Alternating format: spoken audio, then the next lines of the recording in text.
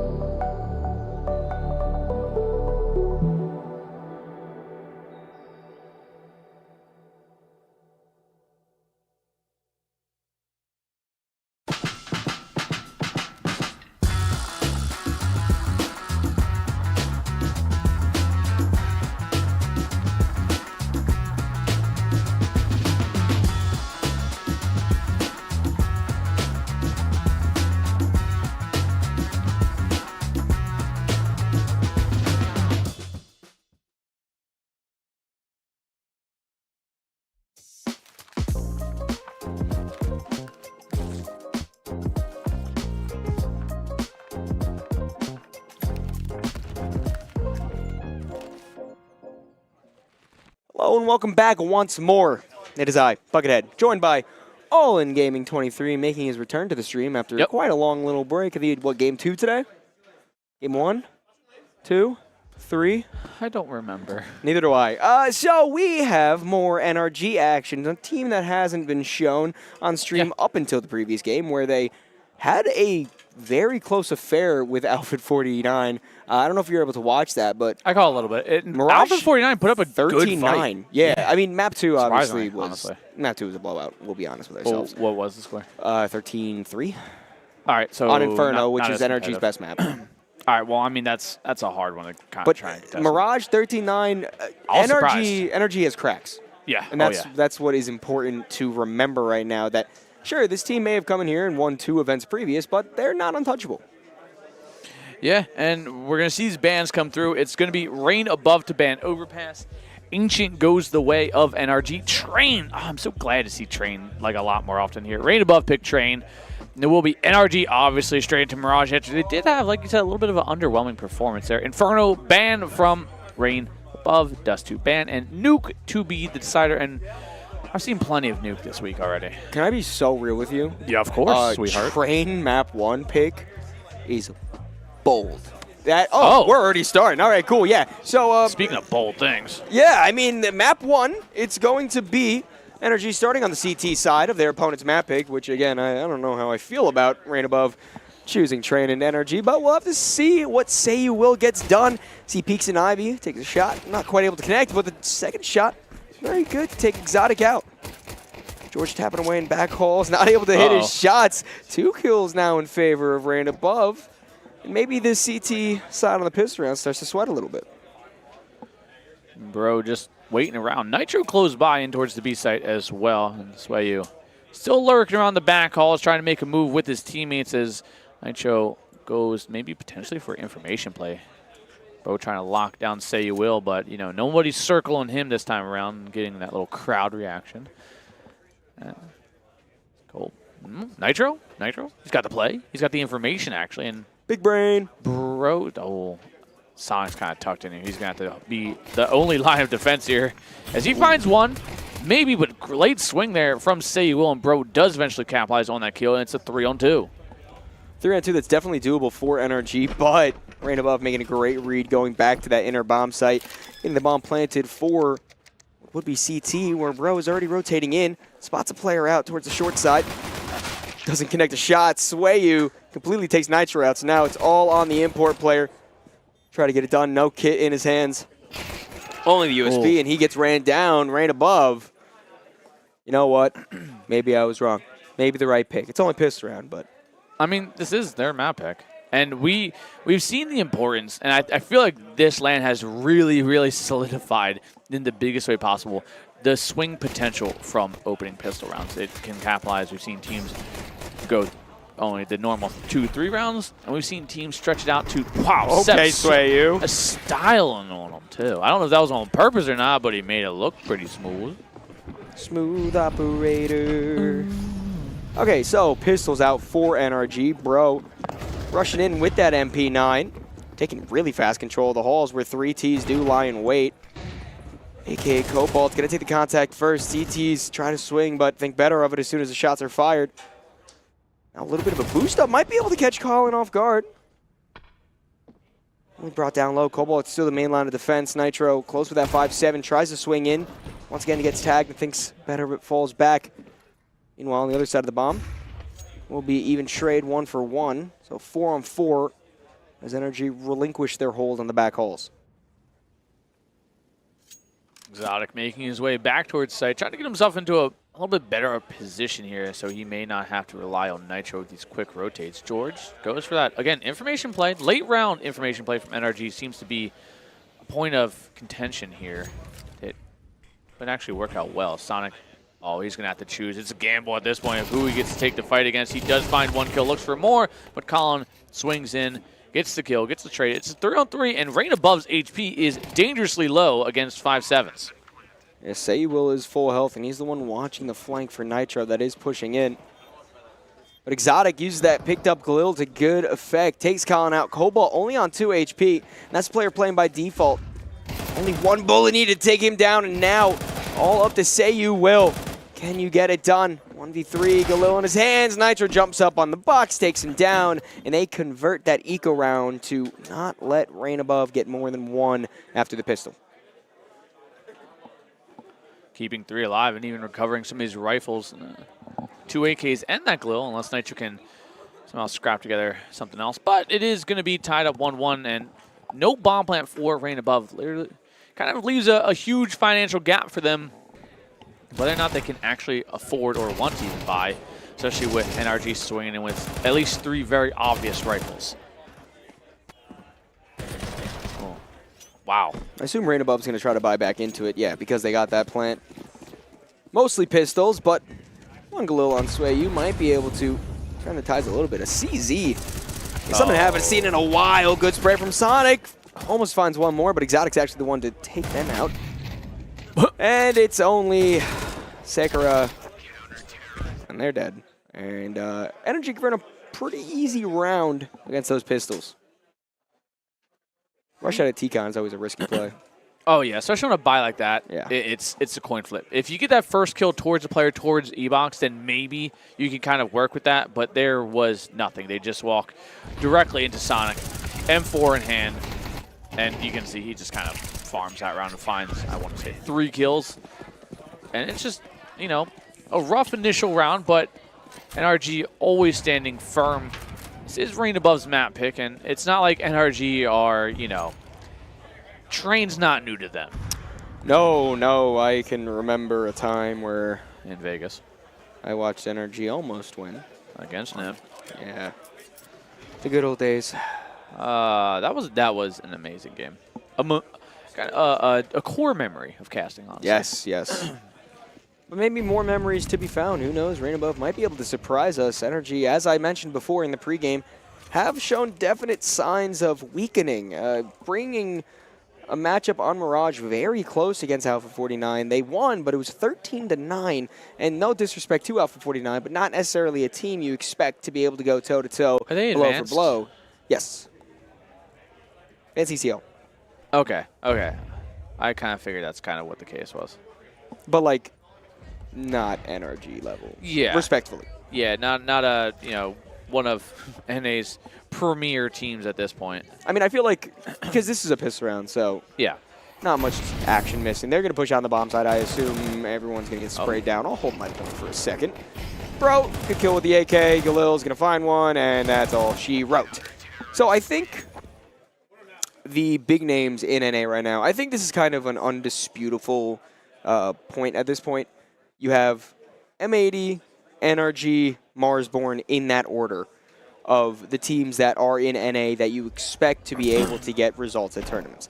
And then once you go past that, there's other teams. There's such Lag, I think is a kind of the Blue Jays. Yeah, Boss, Blue Jays. I think Lag is a little bit below them, but definitely ones that can get results. Skin Rave as well. Yeah, Sportsbet. Sportsbet.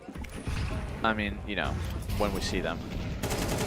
But yeah, I mean, Energy. Oh, little TK. Ooh, TK. What could have been flawless so far actually turns into a 3-on-3 because of the misjudgment of a few bullets sprayed, although Rain Above able to claw it back to a player advantage once more. Energy not in a terrible spot considering they're down 1. Make that even. 2-on-2, maybe not for long as George gets the kill, leaving Sakura last alive here. 1-on-2. George versus Nitro. He at least has the AK in hand. Does not have bomb. I have to assume George has spotted bomb after he killed that player. He might get the timing here as he makes his way in towards Old Bomb. He might take the long route back in towards the B site through spawn and back into Z. He could potentially get a flank off, but I think by then NRG are going to be kind of wary of what is, and there it is. Nitro already watching from behind, so this should be round 4 NRG unless Sakura can really pull it out, but he finds one, gets into a 1v1, and George Lowe can't get it, but George gets the timing, finds 3 kills, and that was close, and it just goes to show you that Rain Above might only be a kill away on a lot of these rounds from winning. Yeah, I mean, George was really low there, too. It wouldn't even need to be a clean shot to get that kill. It would have just needed to be a shot to get that kill. Yeah. Which is not ready for the swing. Bit of experience shown off there, knowing when your opponent's going to be ready, knowing when to catch them off guard. Very nicely done. Beautiful. That was last bullet, too. I mean, there's a world where George whiffs that, and then that's really awkward. But that's not the world we live in. We live in a world where Rain Above is once again forced onto the pistols. The deco back in the books for Rain Above, but not Raining Above for long. Now down 3 rounds as they try and clamber their way back in this, but Nitro going to be the first point of contact, and they were a split second away from rushing him and probably would have gotten quite a few kills if that was the case. But instead, drops the molly, buys him some time for George to make his way over. George. He scooches his way up towards Cloud, and George, he drops the molly in towards Sidewalk. So he's going to run straight through it, makes all the noise, but somehow still allowed to survive. Colin finds a kill towards George. It is Nitro and Cloud, but Colin finds a double. It's a man advantage for Rain Above. The op coming up empty. Cobalt with the deagle, and it seems like the deco might just get it across the board for them. Sonic last alive, 1-on-3. He finds another 1-on-2, but down to just 18 HP. This should be a pretty straightforward kill for Colin to add a third on the board, and there it is. Rain Above locking with the deco second round. Those are really nice deagle shots there, too. They were. I mean, it wasn't even like you're just spraying and praying with that pistol. They connected some nice shots. You want a ranged fight versus an op. Yeah, and hey, we take those. We take those every day of the week. But guns out for both these sides. Op out for Exotic. Not the same can be said for Rain Above, who is working with all rifles, at least. But they do need to win one more. Oh, that's not good. Everyone just got stuck up there. It's like when you're trying to go through the doorway, and then you move to the left, and the person moves to their right, which is the same as your left, and then you move to the right, and then they move to the left, and then you're just stuck doing a little cha-cha door. Door stuck. You guys can't see, but I'm hitting the cha-cha right now. Cha-cha real soon. Turn around. Oh, there you go. Diane's still doing that cha-cha slide. It does seem like Rain Above we're going to slide into this round with a man advantage. Sakara sacrificing some HP to get himself a kill, or assist, sorry, for Cobalt. And Sakara just gets there, but Bro quick at least find the trade, but it is one that most likely Bro shouldn't have even had to trade. It's going to be a 4-on-3. Still man advantage for Rain Above. Man advantage, but it's all going to be about how they hit onto this bomb site. Exotic misses a shot, but George with a good spray does immediately get traded out. So the 2-on-3 is how Energy is going to have to try to deal with his retake. Beautiful push on a Thomas. Bro somehow finds himself on a smoke on the right side of bomb. Maybe a timing could be found as Molotov gets pulled out. Colin completely caught off guard. And now Cobalt, maybe one of the best players for his team right now, but needs to come up in spades. And unfortunately, that is not what's going to happen. NRG do strike straight back, find themselves a 5th little round. Bro pulling out the 4K too, doubling his kills.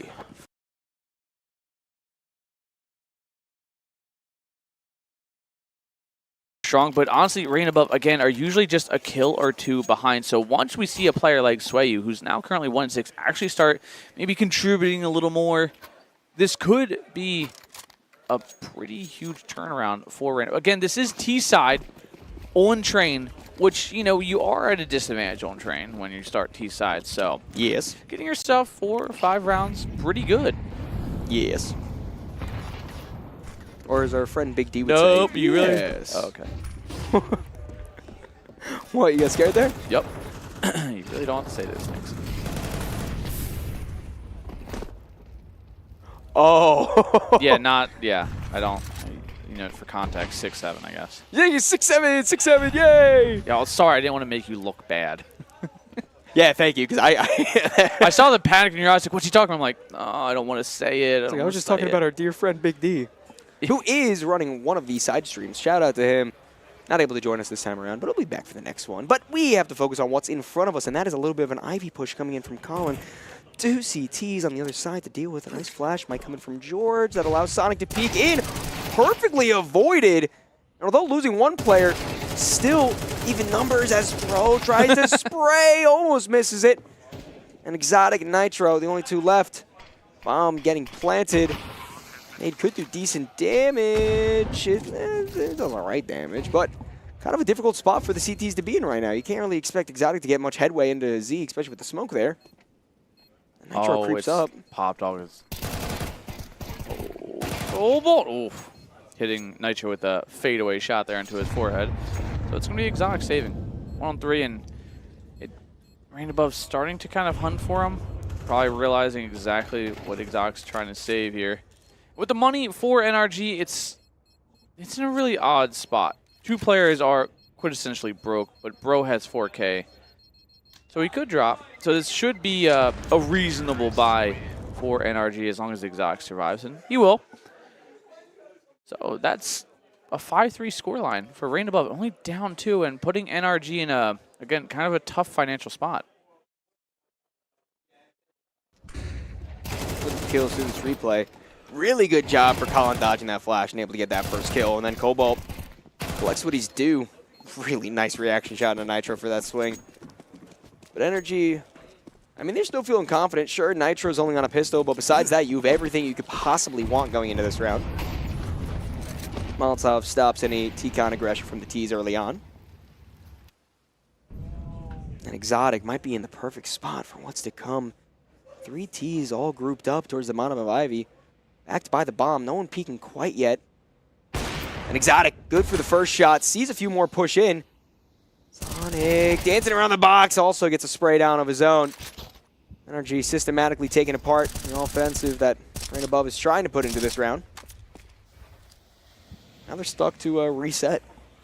And this is Nitro all forcing himself down to a 5-7 just so he can get the utility for his team. And love to see that from a team player, but Nitro obviously coming to this one being the more experienced of, well, probably most of these players, if not all. Yeah. By a large amount. Yeah. Knows that a map like Terrain that he is pretty well versed on all iterations of it. I mean, Sonic's been around for a while, but Nitro won Nitro Grand Slam, you know, so. Nitro at his peak here. So, ooh, Exotic somehow finds the kill, but Cobalt doubles down here. Still a man advance for NRG for maybe how much longer, though. Bro finds one. Cobalt on for the triple. Couldn't get the quad or the ace. Back to a 3-round lead for NRG. A lost round, but I have to say Cobalt is making a fan out of me so far with how he's playing. Really nice individual skill on Showcase right now. 11 and 6, actually leading the server with kills. And that's the really impressive part about all this, too.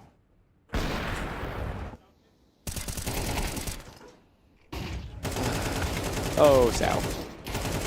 That's my boy. That's my boy. All right.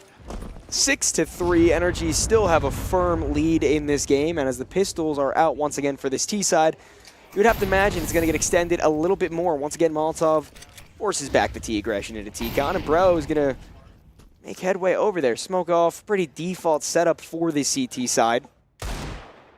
Nice shot from Swayu to at least do a little bit of damage on a Nitro and force him off that angle.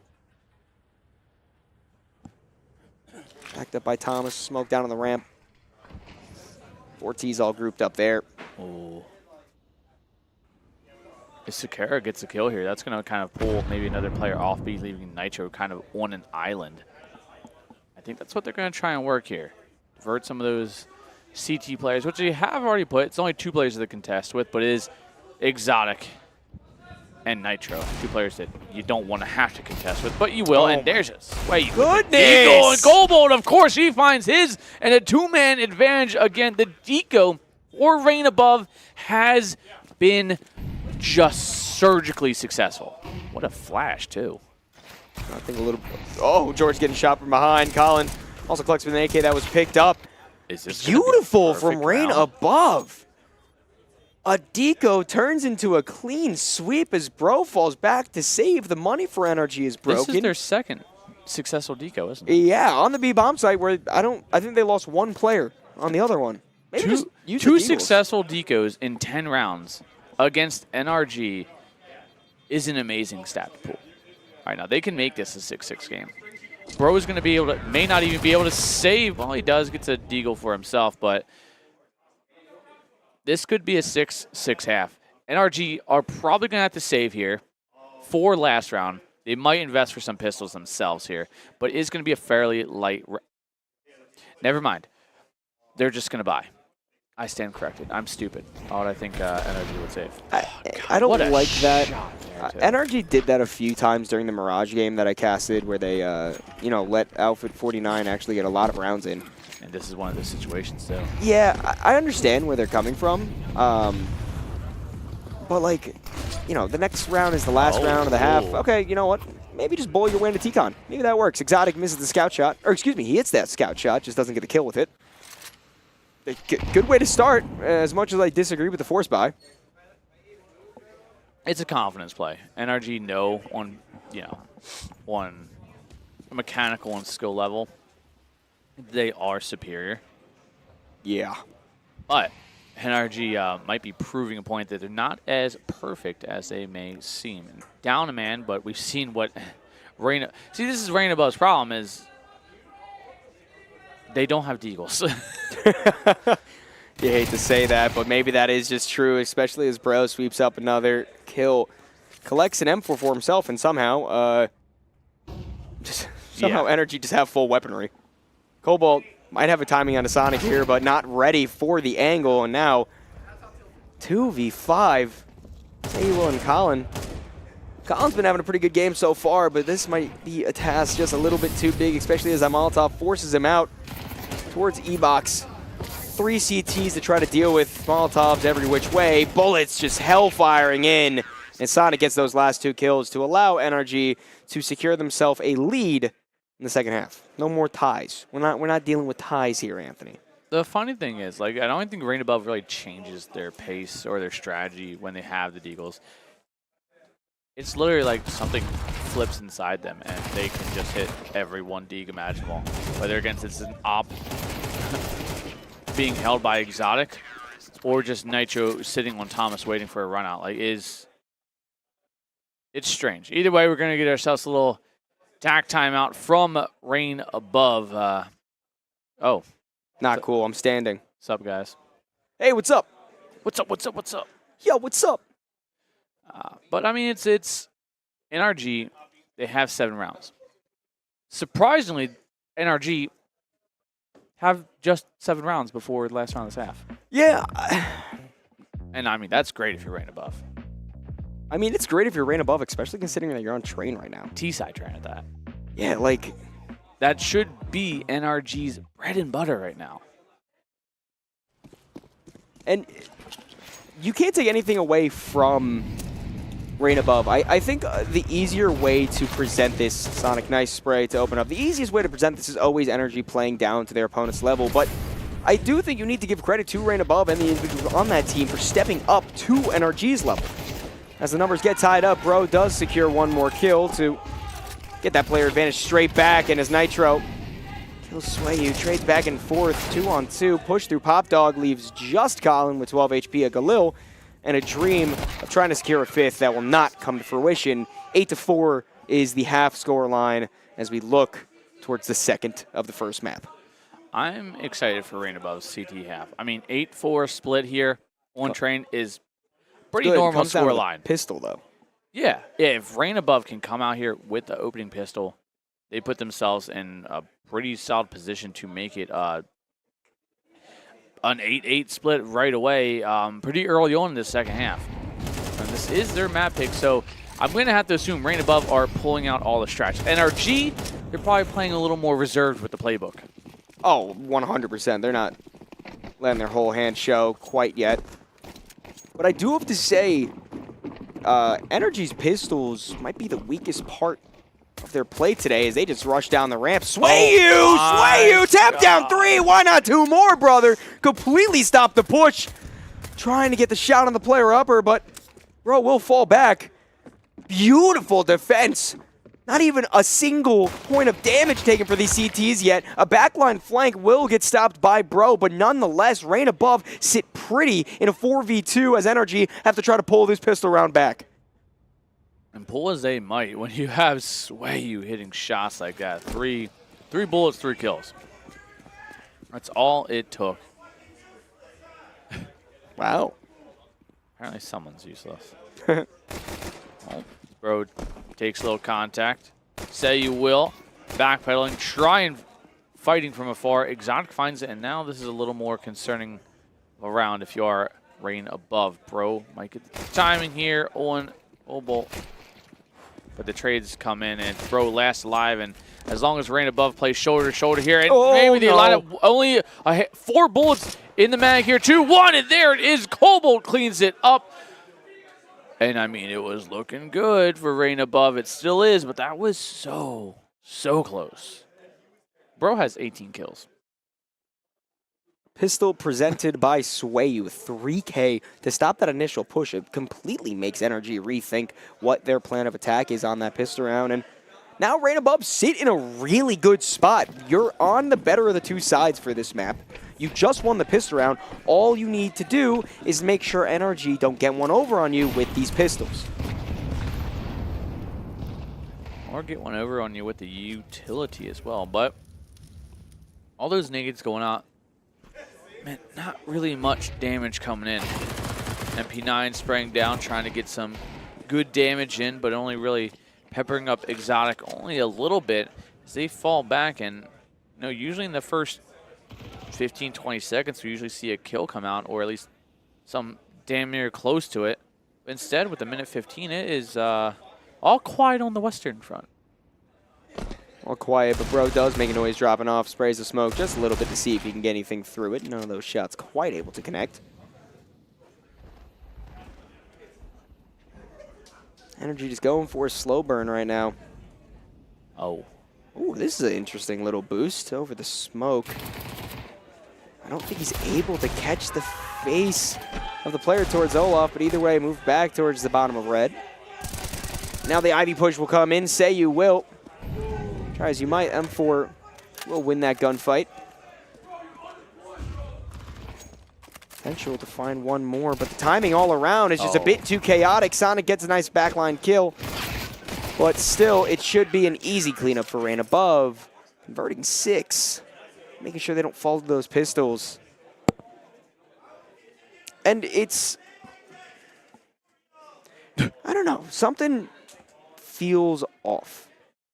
With NRG? Yes. I can't necessarily put my finger on it. Yeah. But something does not feel correct in terms of the inconsistency of the level that they're bringing round to round, not even game to game. I'm going to go ahead and have to point out, it's Exotic being 7-8. You got a name like Exotic. He's had the op consistently enough, and only being 7-8, he's been outdone by Deagle twice.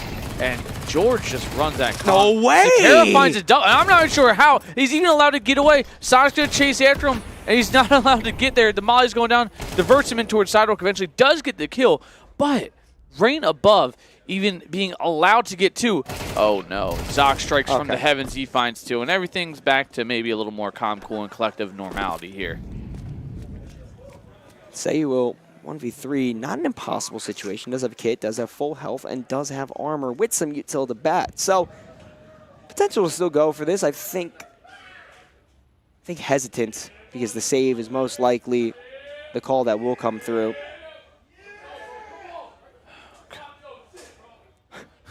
The beautiful sounds of local ANNA. I think that's the guy from the bar again. He's a fan. Yeah, no, he's Nut been goes to a bar and they somehow come out of the bar with another person with a fan. Crazy. Exotic takes Say You Will out of the round. Really nice shots from him all around to make sure that round does fall in favor of NRG. And I mean that's just kind of what I mean though. It's round to round. Just it feels like a different team is playing each individual time they walk onto a bomb site. There it is. I mean, Exotic getting those 2 kills. Definitely the third one might not. As I spoke his name and boom, he shows up and gets a triple. But again, that triple only put him at 10-8, but that might have been the missing piece. Nitro being 6-10 has been kind of a hard point of contentment as well, but he's the anchor. That's not a lot happening. As Sonic finds a double, Bro finds one as well, and now NRG on pace to find double digits. Ballsy play from Say You Will, pushing into T-Con even though all your teammates are dead. Well, all except for one. I can't hear anything. Yeah, I don't know what's going on. I think it is the Nut guys. It is. Of course. It's not. They got the wall of fans over there. Say You Will. At least you have to get one kill on the round. A nice shot to double up. Yeah, why not? And, oh, wait, what's happening right now? Don't give him a situation where he can claw this back because he's not going to clear the back corner. And everything's fine. I get scared. I will be honest. These rounds give me a lot of stress. Bro's 29. I thought you said, okay. I thought you said bro is 29, and I was like, I mean, he could okay. be. I don't know how old He's Bro is. not. I'm assuming he's early 20s. Yeah, he's like closer to my age, which So makes me mid-20s. feel, I Old man. imagine trying to go pro. Old man. Bro's talking. Old man. USPs and a singular flashbang. One, count them. One flashbang. Like, get a job? They're chanting job. Job. Get a job.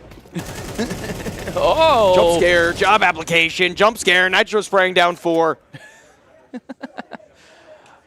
Thankfully, that was an eco round. So. Captain America needs this. Is that confidence booster for him? I mean, again, this is Rain Above's map pick, and honestly, I'm proud of Rain Above right now. I am too, and that's what I tried to say before, that it's so much easier to say that.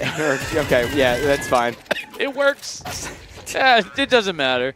Ring around the rosy. Yeah. It's so much easier to harp on NRG's shortcomings and not say enough praise towards Rain Above playing a very good game of Counter-Strike. If you look at all of the players, I mean, everyone's really living up to the hype right now. Like, I just, this Yeah, is fun. highlight. Now that's what I call Counter-Strike, Volume 7. Oh, so that was a Nitro A set. Oh, Nitro got that last kill? Yeah. I was too busy thinking about ring around the rosy. I'm sorry. Now he's 11-11 though after an ace. So now everybody on NRG probably up the snuff, up the pace, up the pars. Sonic opens up on Say You Will. Maybe Cobalt looks for an opening pick, and Cobalt being a big factor in this success that Rain Above currently have as Scara finds a kill towards Sonic, makes it a 4-on-4, but does sacrifice some HP. Get himself there, Nitro. A little bait and switch, but George finds one, Sway finds another, and Nitro with the trade 3-on-4. Minute 20 left on the clock, and the bomb is in the hands of NRG still. I don't like this round. You haven't liked much of this match right now, have you? I mean, you know I'm Other than Rain Above. I'm a very emphatic person when I cast. And when I see things that, like, energy. Like, sure, you're going to win the round, but I don't know. Just, I feel like having your opponent at 6 rounds, if it was like 11-1, 11-2, yeah. I'd say, sure, do whatever you want. You gave Rain Above 6 rounds. You shouldn't be playing in a disrespectful manner of just running out, taking 1v1s. Rounds on a T side. Yeah, like it doesn't sit right with me. I think more respect should be shown to Rain Above, but either way, it doesn't matter because NRG do get that round and they do set themselves up on map point on their opponent's map pick. All off the back of that backhauls play from Nitro and co. Got to close that one out with the assist from Sonic, and down 6 rounds, they are having to obviously play flawless here just to get themselves across the line to overtime. And at this point, Rain Above may have kind of run out of gas, maybe run out of luck, and NRG might have stepped it up as they realized they may have been, you know, falling behind a little bit. A little too lax. Yes. Cobalt, player that's pushed Rain Above ahead so many times, was close to taking that first contact. Did decide to fall back. Now re-aggresses. George is right on the other side of this wall. There's a chance for a timing to be caught. Cobalt does choose to aggress. Although now 2 T's stacked up makes it a little bit more of an interesting situation.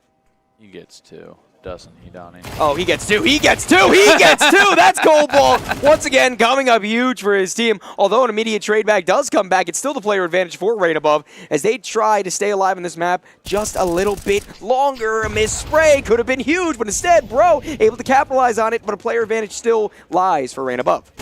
Oh, man, it has just been a murder fest here over in Pop Dog as I knew it. I knew it was going to happen. I knew it was going to get double. I did. I saw it, and I saw one player look towards the top stairs of Pop Dog. I knew he was going to at least get 2 there. And Swayu finds one, gets into a 1-on-1. Bro just needs one more kill to get them across this line here. 25 seconds left on the clock.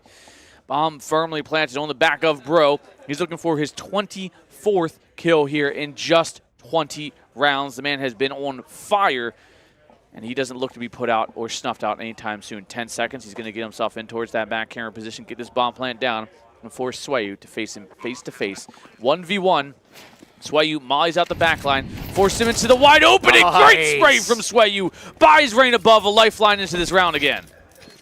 Beautifully done. Beautifully done. And getting that retake in very early is good because there was no kit in play.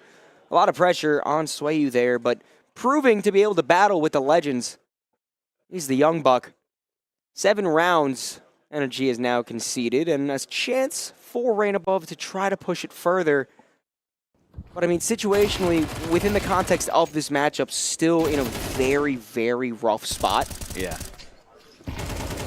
Energy, I believe, has plenty of money to buy back into it, if I'm not mistaken. They got the bomb plant. They got some kills. I mean, all things considered, you're going to see NRG forced regardless, so. Yeah, probably.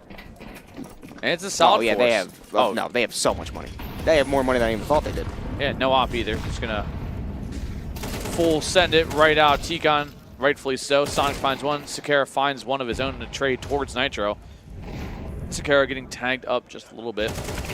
But Bro finds the gap in the defense. Of course he does. Swayu gets the trade, brings it back to a 2-on-2. Bro going up for the high ground. The spray looks good. It's Swayu versus George this time. Swayu back in this position once more as he looks to try and claim another clutch scenario. Can Swayu do it twice in a row for his team? Battle back just a little bit further. There's no more utility for George to play with, although he did just pick up one smoke as he travels back towards Tikon. Swayu clearing out Old Bomb, making his way towards camera. Not gonna catch a sliver of information yet. Not sure exactly where George can be playing from.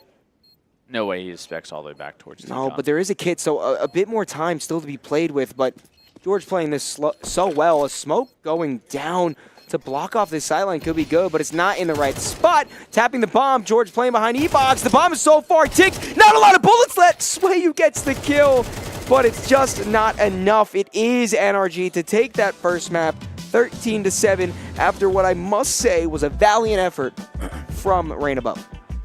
Valiant indeed. 4 rounds on the T side, only being able to get 2 on the CT side, but still, 6 rounds against NRG.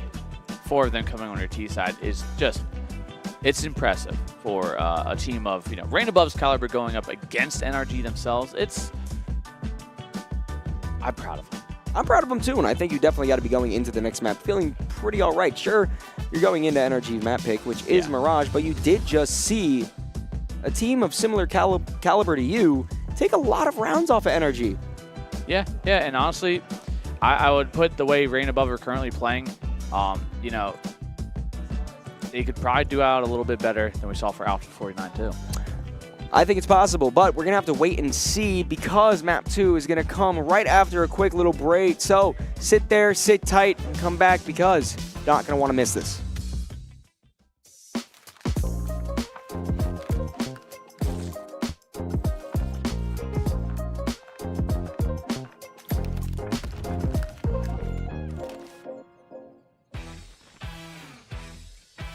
Introducing OBSBot Tail 2, a powerful new camera that enhances your live production with AI power.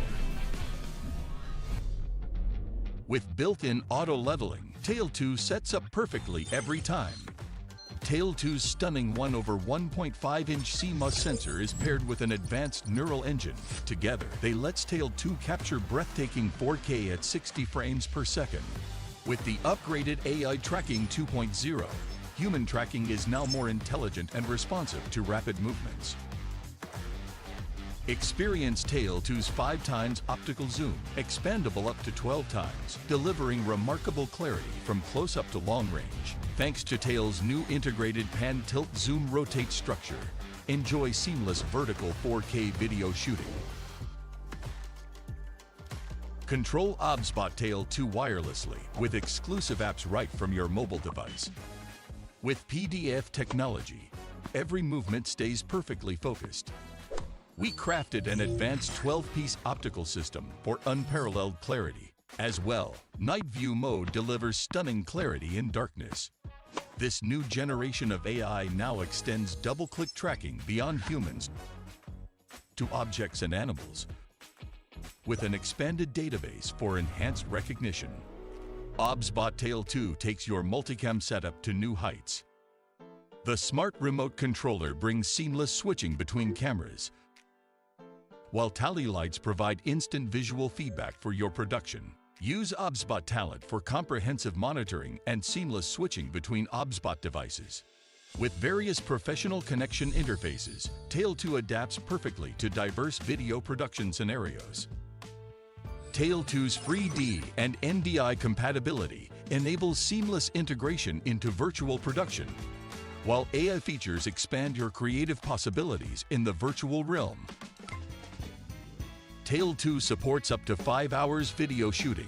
For group settings, Tail 2 expertly manages multiple subjects, maintaining all participants within the tracking frame.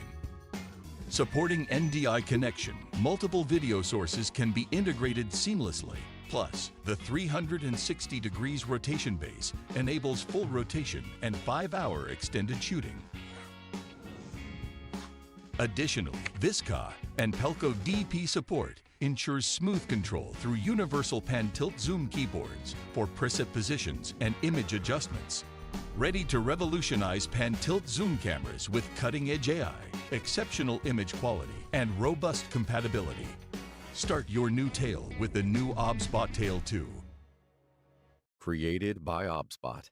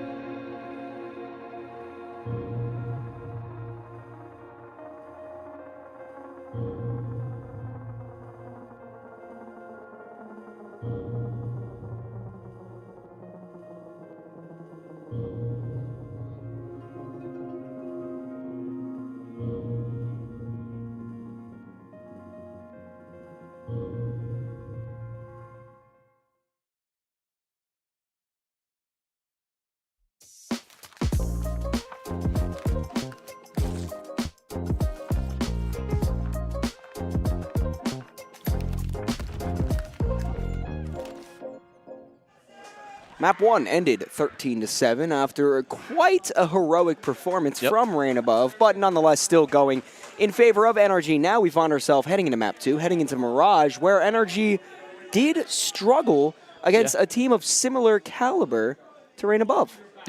Yeah, they did. I think it was Alpha 40 and they got 6 rounds? 9. 9 rounds, so obviously marginally better. It was a 5-7 half in favor of NRG, and then just like really good team play from Alpha 49, which we saw similar types of chemistry on Rain Above. So I don't think this is like out of the question to go 3, in all honesty. No. I mean, NRG I think might need to be a little concerned. One, Colin. He's been doing great. Sway Impact. Hawks. Yes. I mean, it is. Rain Above just have a plethora of people that can kind of step up and into a star role at any point they really need. And I mean, I think Train kind of showed glimpses of that with the 13-7 score. And now NRG, they are going into their map pick of Mirage, but I'm not confident in NRG's performance. I still think NRG take this win. Like I do think it'll be a 2-0, but yes, I just don't think NRG should be feeling as if they have it locked in the bag. Sure, 13-7 isn't the closest scoreline of all time. I'm sure people are arguing with us in chat right now saying that, oh, what are you talking about? But when you actually watch the game, break it down round by round, break it down play by play, that was a close game. It really was. And with the way that the pistols were working for Rain Above, the 2 decos. You got decoed twice. You got decoed twice, and one of them was a flawless round. I think maybe an exit kill was dropped. Yes, that was literally it. But like really, really good things showing from this side. And if NRG don't step it up and play to the level that we've seen when they've previously won these type of events, when they've made it to majors, when they've made it to tier 1 events, I don't know. I might just be hyping it up, but I think they're not confident. They're going into their opponents really light and not taking it like, you don't necessarily have to give it 110%, I would say, against. And you do have to save some of your strats. Like, you're not going to throw the whole playbook at a team that is, in a division below you. But at the same time, let's not, shove 3 people through a smoke. Yeah, and it was a lot of that, and also like on T side taking 1v1 fights into bomb sites that kind of puts you in weird situations where sure, it did work out in NRG's favor once or twice. But that's because you have one person kind of like, oh, it's a 1-on-2 now. Yeah, okay. Where it's like, oh, maybe we should, lock it in. Yeah. But if my eyes didn't deceive me, I think I saw on these player cams that the game is about to start. Map 2, Mirage. A map that focuses very much on the reliability of your aim. It needs to be stepped up for the side of NRG, or we could see a potential for a close affair that was not the expectation. NRG set their sights on the B bomb site early on, where there is 2 CTs waiting. Swayu in a nice spot. Swayu, a name that we called on a few times because of his clutch factor. And Colin, one of the best fraggers on the team of last map. T start to push in. No kills able to fall. Beautifully executed for NRG with those pistol kills. I was having flashbacks of Swayu on ramp again. You thought it was going to happen? Yeah, I fully did. I mean, NRG kind of getting themselves a little more forward here. Definitely getting themselves into a better position. Post plant's looking strong. Obviously, 2-man advantage. And ooh, nice. George with the spam through the smoke eventually does get there. And say you will and Cobalt, try as they might, I think this is all for none. Okay. NRG starts falling through those windows. It does get a little dangerous, but again, opening pistol, gotta throw a little more bodies at it than you normally would. Well, this at least makes me feel a bit more confident, a bit more comfortable in NRG. That was a very nice pistol showing. Sure, it's pistol rounds, you can say what you want about pistol rounds, but still, the level of aggression and the level of team play that came out in that hit was something that I didn't think that we saw a lot of on Train. Yeah. I mean, even from that last little 2K there from Cobalt, you can still see Cobalt still feeling good. Bought the Deagle. Why not, right? When you're Cobalt and you're hitting the shots hard. That's fun. There's so much yelling. Somehow they're louder than the playback of our mics and the game audio. But either way, the little trying to spray, long-range fight won by Bro. Still a lot to contest with, but it's quickly dispatched up from a flank from Cat. NRG easily go up 2-0. Here comes those rifles. Kara Not going for the glass cannon. Thank you. Appreciate that one. No, glass cannon's fun. Do it.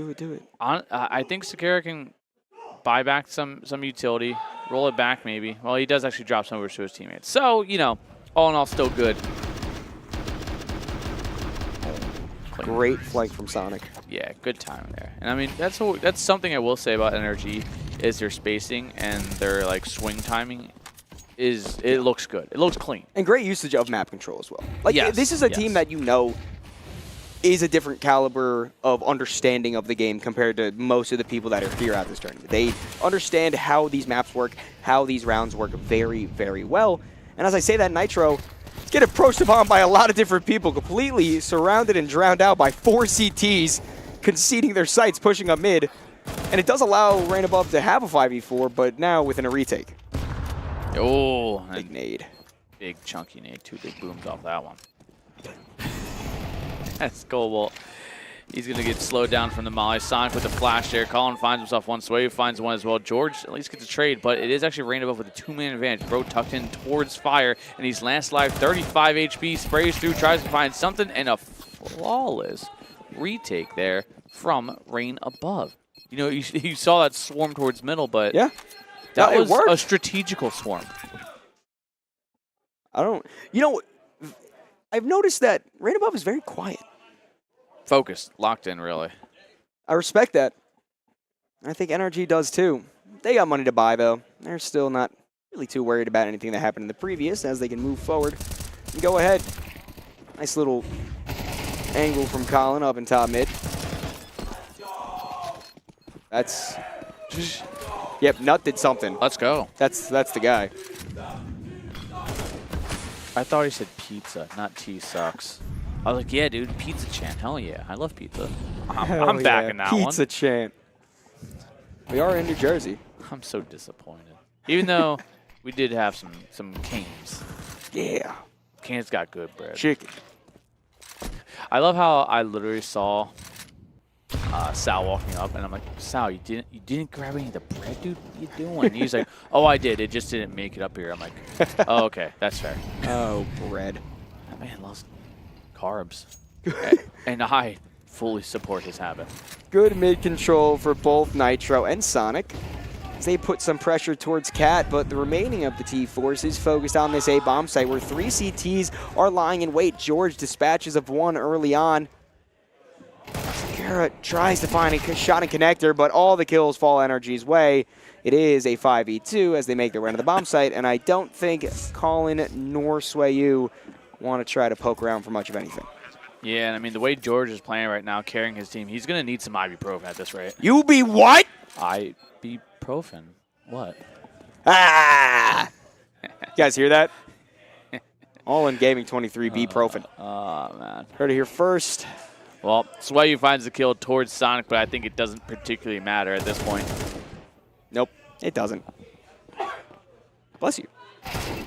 Colin, trying his darndest to stay alive, picks up an AK, but he still has so many bodies to try to contest with, and it's just not in the cards for him to stay alive. NRG, they do seem very locked in right now. Like, just look at the expression on their faces right now. They all seem very much in control of the emotions, in control of what they're doing, and ready to try to battle into this as hard as they possibly can.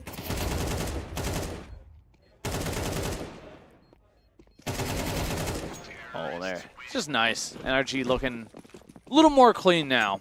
Again, off the back of George. Actually, this is really just off literally the back of George. Everyone else only has 2 or 3 kills while George is 7-2. Right above, pretty much at the exact same scoreline. No standout star, though, is what's starting to separate the scoreline a little bit more and more.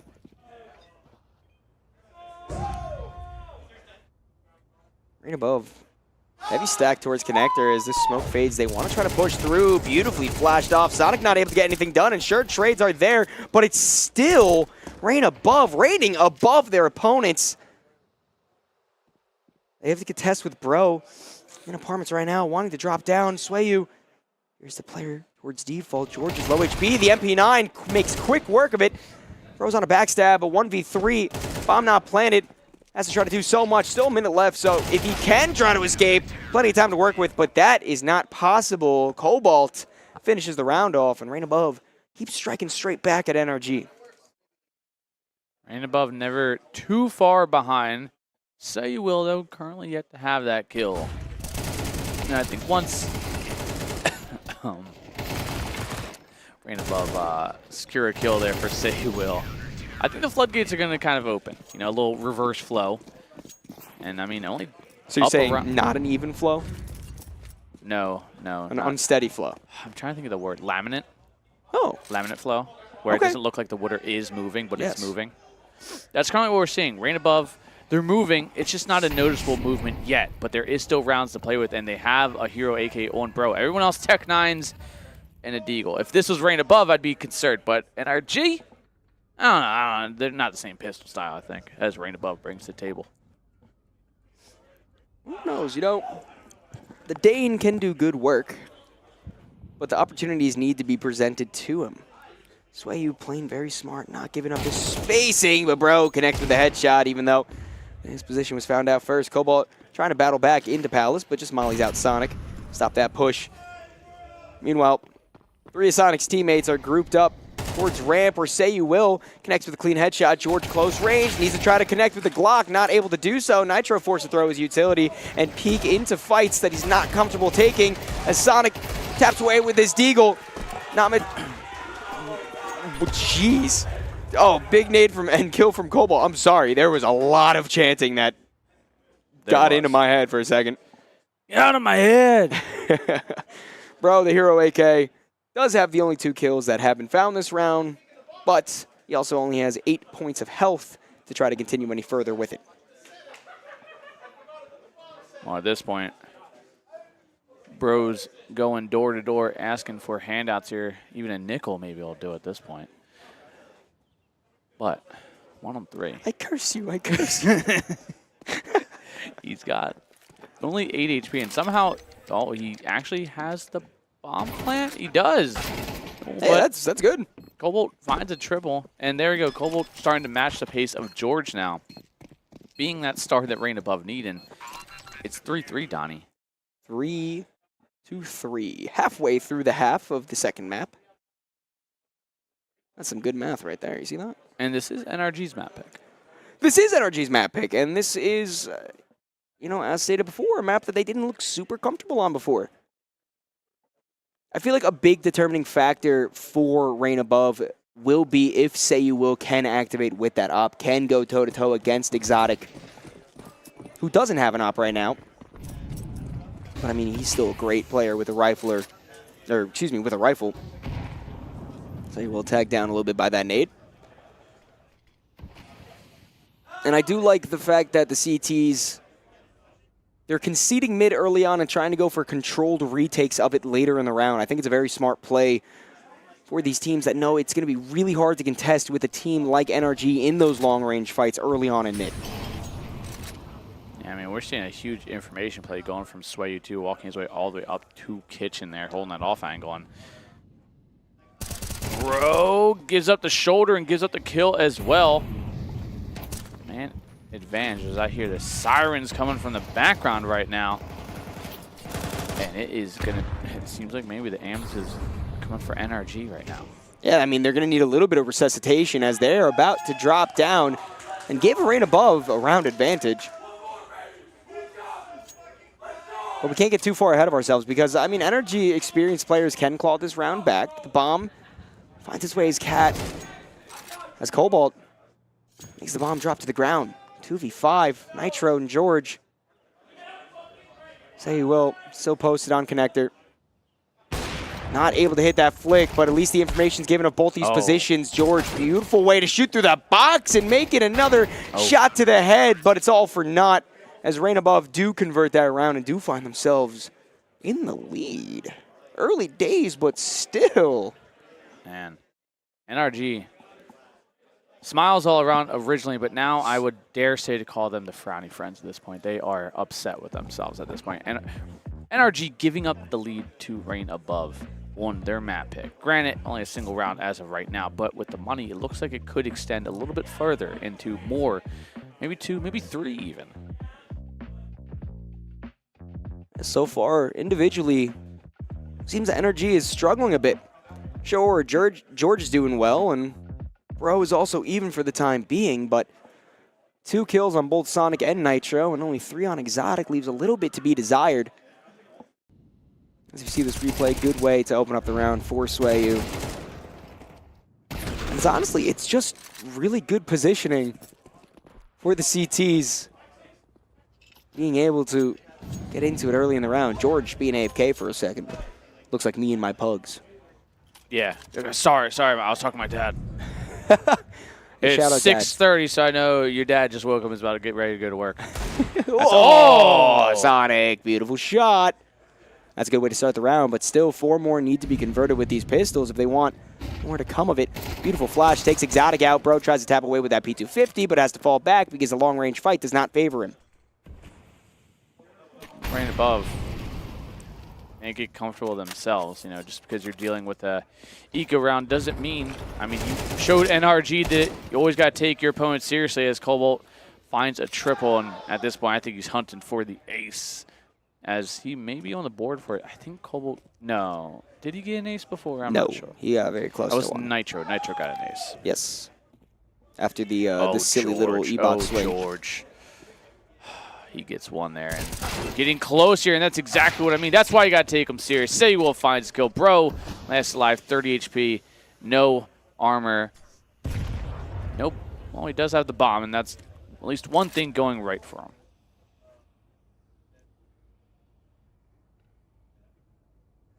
I mean, he does have the AK. So able to... He has the potential for the one-taps to counteract his low HP, but... Oh, he can get a plant. Oh, maybe not. Well, he probably can. Say he will has the op, so depending on what position Bro wants to plant for, if he's able to creep around towards default, it could be successful, but Say he will seems to know the possibility of what's going on, especially as that Molotov goes down the block. Oh! From planting default, but the headshot doesn't matter as it connects, and there's no time left. That was still an immaculate shot. That was a beautiful shot. I mean, he mollies off back box towards fire, looks towards Palace, reacts off him swing from ramp with the op, and just first tap, first little burst of rounds gets the headshot. And Sonic opening up right there, just 50 AE to the skull, kind of, you know, makes you a little bit dead. And there it is, bro. Just nice adjustment. But a round nonetheless for Rain Above. A costly round though, but a 2-round lead now locked in. You know what? I think I figured out. What's going on, right? I know you weren't at Knoxville, but at Knoxville, a team formerly known as No Radar, now known as Foxtrot, yes, made it, I believe, 13-9 against NIP on Mirage. Well then. And then we saw NRG drop down 13-9 last time they played Mirage, and now Rain Above has a 2-round lead on Mirage. I think that if you come to a Frag event and you're facing a very high seed opponent, all you got to do is pick Mirage. Something's in the air. Something is definitely in the air at this point because NRG got to get themselves back into it. Exotic has the op. Yes, sir. And he only has 3 kills currently. This might be the turnaround point he needs. He needs the big green. But he does have to contest with Say Will, who is also 3-6. Cole taking that initial damage. He himself having a great match already. Even on map 2, 12-4 currently. Nitro swinging in, gets the kill towards Cobalt. Of course, I had to say something about him having a good game, and Sonic just mows him down. And Swayu last alive at this point, and this is a save. He's being held by Nitro, jumps on the cross towards Murder Hole, jumps back, and he's just dancing, playing with them here. And Swayu finds a tap towards Sonic, maybe a little more, and 1 HP, but... You saw the moment of hesitation where he was like, I got this. Yeah. I got this. I got this. But it doesn't matter, though, because this is... I mean, NRG, they had the round. Ooh. Swayu's yeah, not long for the world. But this is a pricey round for NRG. And yes. You can't keep giving up rounds that close. Regardless, I mean, it is starting to get to the latter half of this first half. But still, you could run dry at the very last round. Never want to run out of gas. That's really how you meet your maker when it comes into games like this. But NRG still, I mean, they're still energy. They now put Rain Above in a position where they buy up a hero FAMAS, which is a gross thing that I never thought I wanted to say. Well, I wouldn't say it's forced it though. That was 2200. No, yeah, I just mean that, like, a hero FAMAS. Ew. Yeah, I gotta agree. That's disgusting. I'm more of a Galil guy if I need to be. The FAMAS just doesn't feel right. Oh my god, he got me again, Donnie. He got me again, too. God damn it, dude. This guy's a menace to society. Speaking of a menace to society, once again, this mid push. Hey, Donnie, you remember Yeah. that game? Oh, dude. That's right, chat. Everybody just lost. You're welcome. Oh, what the hell? Yeah, that's what I was trying to say until you start talking about the game. Swayu, combined with the rest of his team, fully pushed down mid and recovered the op off of Exotic. I mean, still Rain Above lose this round. But the fact that they were able to catch out the Opper from a backline flank is a bit absurd. It is. Rain Above, I want to say this op. Cobalt with a deagle. Wait a second. Maybe are they giving themselves the green light here? 5-on-3. If the rest of the team was actually kind of close, this is probably a winnable round, all things considered. Con with that op, and this will be a save. But again, costly successes here for NRG can make the bank run dry so quick here, and it will be 3, maybe not 3 alive. That bomb might actually kill George regardless, and it will. Nitro falling, and it's down to just Bro that's alive, so a costly round turning into an extremely expensive round.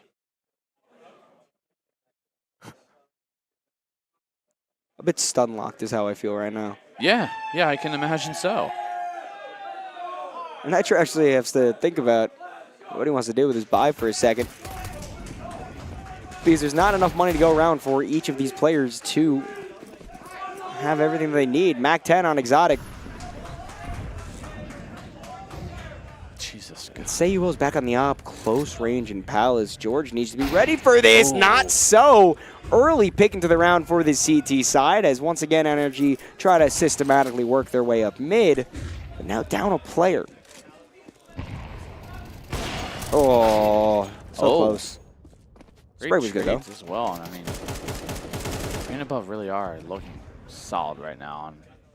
And I feel like NRG still aren't quite taking this serious. I mean, Exotic still only has 3 kills, so at the end of the day, I don't think when it comes to Exotic, I think he's just having kind of a rough matchup right now. 33 ADR, 3 and 8, and it's rough. JOB, man.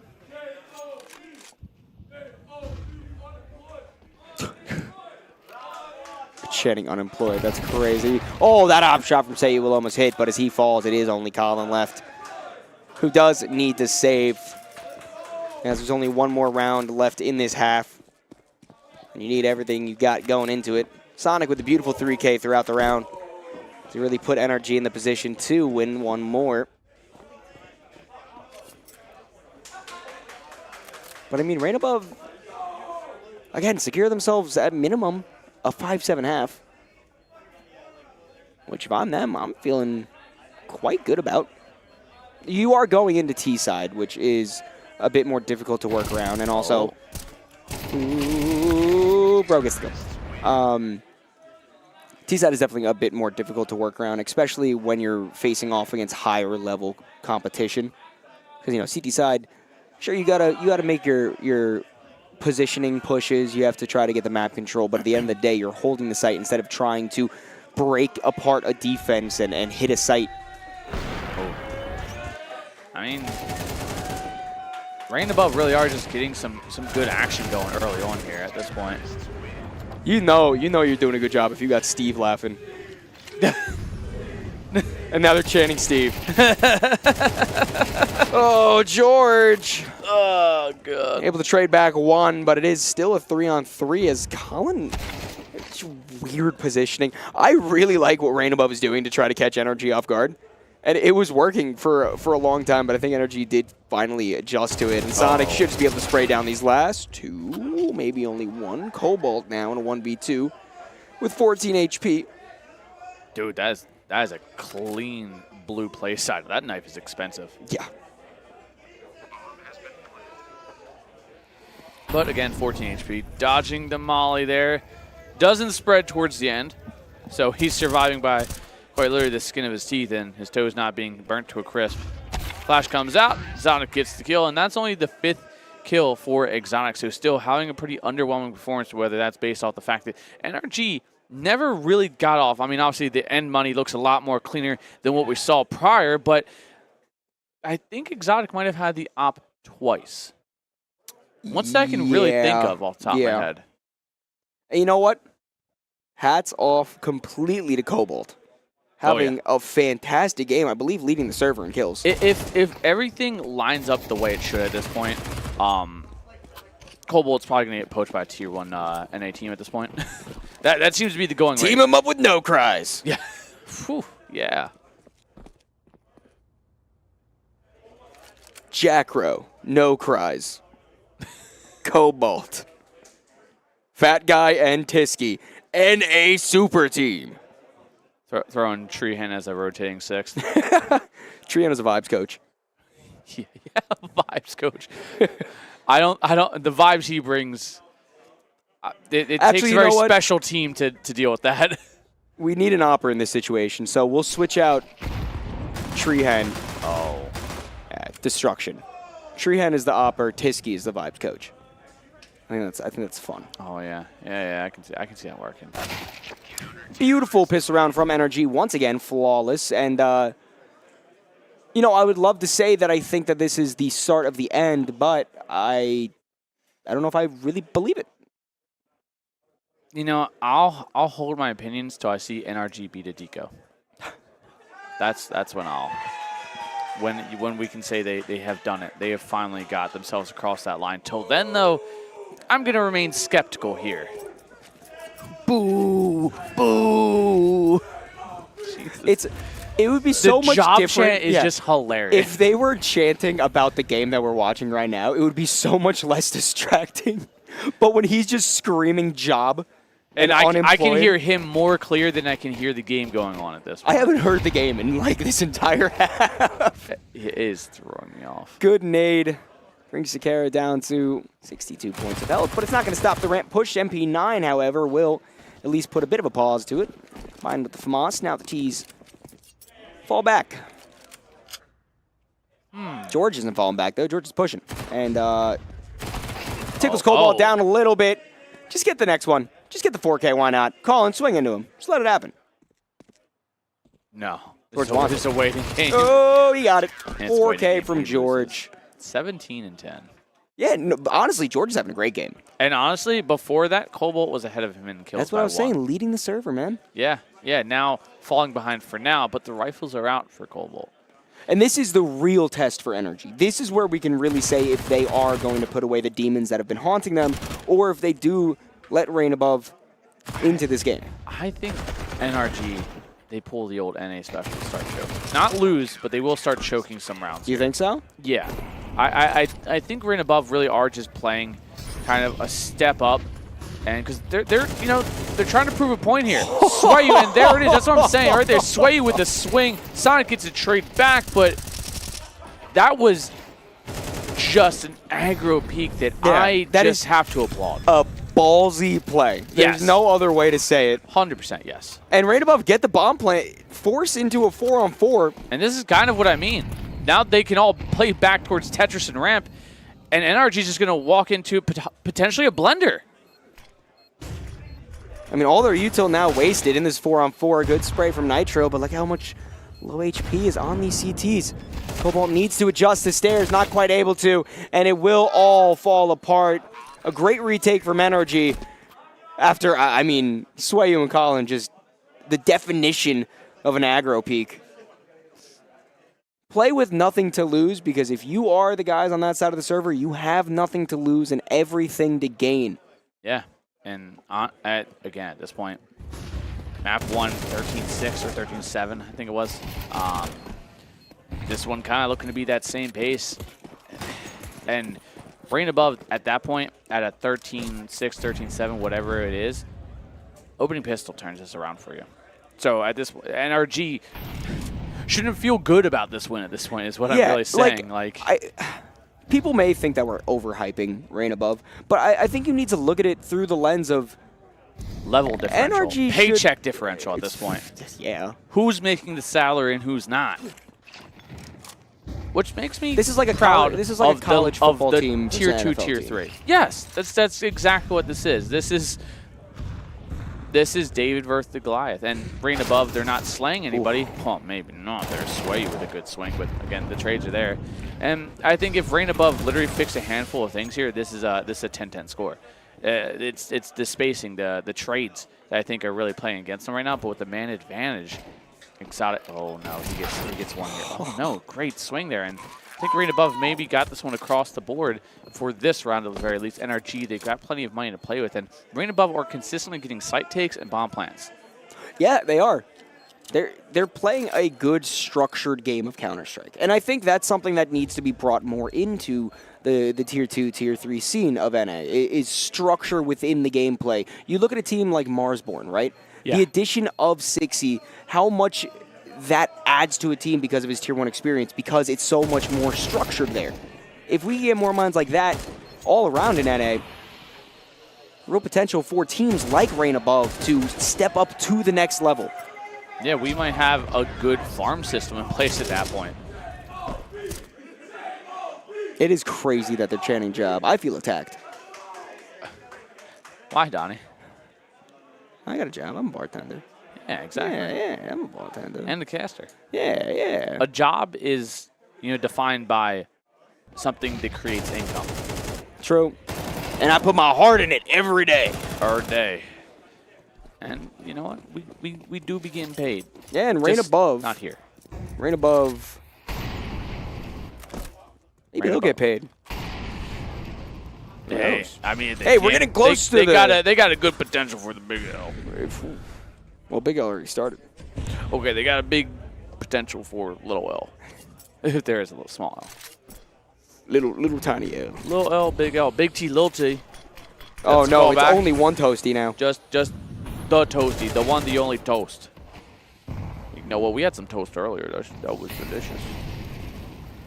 Well, bro doesn't want to be Toasty, so he falls back from that Molotov. Exotic gets a good trade kill with the nade. 4 versus 4. 4 versus 4. As Rain Above starts to motion towards the A-bomb site that has been left slightly underdefended. Cobalt creeps up. There could be a timing here. There could be a very important timing here. Sonic gets the first go on the rim, but now forced back with that Molotov. Exotic takes Say You Will out, but now it's Cobalt's time to strike. The player that's come up so huge for Rain Above needs to do it all with Colin, who does get sprayed through the box. Not quite able to land the kill, but brought down to 13 HP. Cobalt pushes in. Exotic misses the op shot. A struggling game for him. Colin, a beautiful angle to pick up the headshot, and now both these CTs converge on different sides of the map. Colin, the first one to be taken out, but Cobalt, as we've said, his name mentioned so many times, a 1v2 here would be absolutely gigantic for his team, for the momentum, for the courage, but it's just not meant to be. Exotic starts to shake off all the struggles he's had. I really thought for a second that was NRG popping off, and I got excited. Pizza again. It just keeps going back to pizza for me. Pizza. That's like you when the whole class gets chanting going because the pizza party's about to happen. Pizza. But it's just one slice per kid. Me when my boss says, "Hey, you can't get a raise. You don't get a bonus, but we're making a real nice pizza party for you." Literally, what I'm missing at work right now is a pizza party. They cook Thanksgiving dinner for us. But right now we're in arguments with our union for them to just give us a raise, and they said no. So we might go on strike. We got turkey. But instead, hey, yeah, we're not going to give you a raise, and you're going to go on strike, but we cooked you turkey. I'm like, yeah, sweet. Just give me my raise. Well, we're in the dying days of this game. As NRG, aggressive position from Nitro, perfectly placed for the hit that may come in, but the timing might not work in his favor. Narrowly escaping without being seen. Bro throws a Molotov down as Nitro's forced out. And Rain Above need to hit out onto the bomb site. Molly still blocks them momentarily, but as it gets smoked out, The hit needs to come in, missing the window through the smoke. This Everybody's is not missing good. it. Oh, and it's putting Energy in the beautiful spot to just pick apart. Swayu, the only one left, trying to spray in through the window. 1v3 and the nade will finish the job. Anybody made it through that window, it would have been completely different story. 100%. Because honestly, NRG, they weren't budging off that A side till they seen people coming out. And Nitro wasn't ready for the window jump down. No, he almost got Goomba stomped. Too bad the wall was in the way. That damn window frame came out of nowhere. 3 players attempted to jump Who put through. this window frame in front of me? Who would do such a thing? All You're right. hindering my movement. Series point for NRG as they look to secure a spot within the quarterfinals that will be shown off tomorrow. Yes, sir. Swayu dropping down to the site. A very fast play immediately punched out by NRG. Swayu, he had a few clutches on map 1, but I think this might just be too much. Rain above need to feel good about what they were able to pull off, but unfortunately what they were able to pull off is still a defeat by the hands of NRG, who, as previously mentioned, now booked themselves a spot in our playoffs here in New Jersey. And it wasn't easy. The scoreline may have projected easy, yes, but Rain Above put up a stellar performance. And honestly gives a lot of hopes to teams that, are of the advanced, kind of edging their way through ECL as well. There's a lot of true potential with that team, and a lot of that comes off the back of Global. I need to say something in all honesty. Yeah. If Energy goes up against a team like Rebel tomorrow, who has been playing very, very well, with Austin coming into the team, wow, my hair is a little messy. Anyway, back to what I was saying. If Energy gets matched up against a team like Rebel, if they're playing like they played today, I think that's a 3-mapper in a close series. I'm not comfortable with how Energy looks right now. I don't think they're back to the performance that we expect from them coming into here. And honestly, as an aside, besides this tournament, this is their last tournament before the major. Yeah. If this is the form that you're going into the biggest spectacle of the year with, that is a scary thought, genuinely. Yeah, it is, and I expect kind of a little more out of NRG because the NRG just really isn't there for them as well. And, a little underwhelming performance from players like Exotic, the player you kind of lean on to make that space with that op, kind of fell flat there. There was, map 1 was okay, map 2 for him, rough. Well, I got some good news for all you guys playing at home. We're going to have a little special treat, an unexpected Game 6. One more to be streamed tonight. It will not be by us, but it will be on the same station. So stick around for a little bit. That'll come your way, and thank you guys for watching.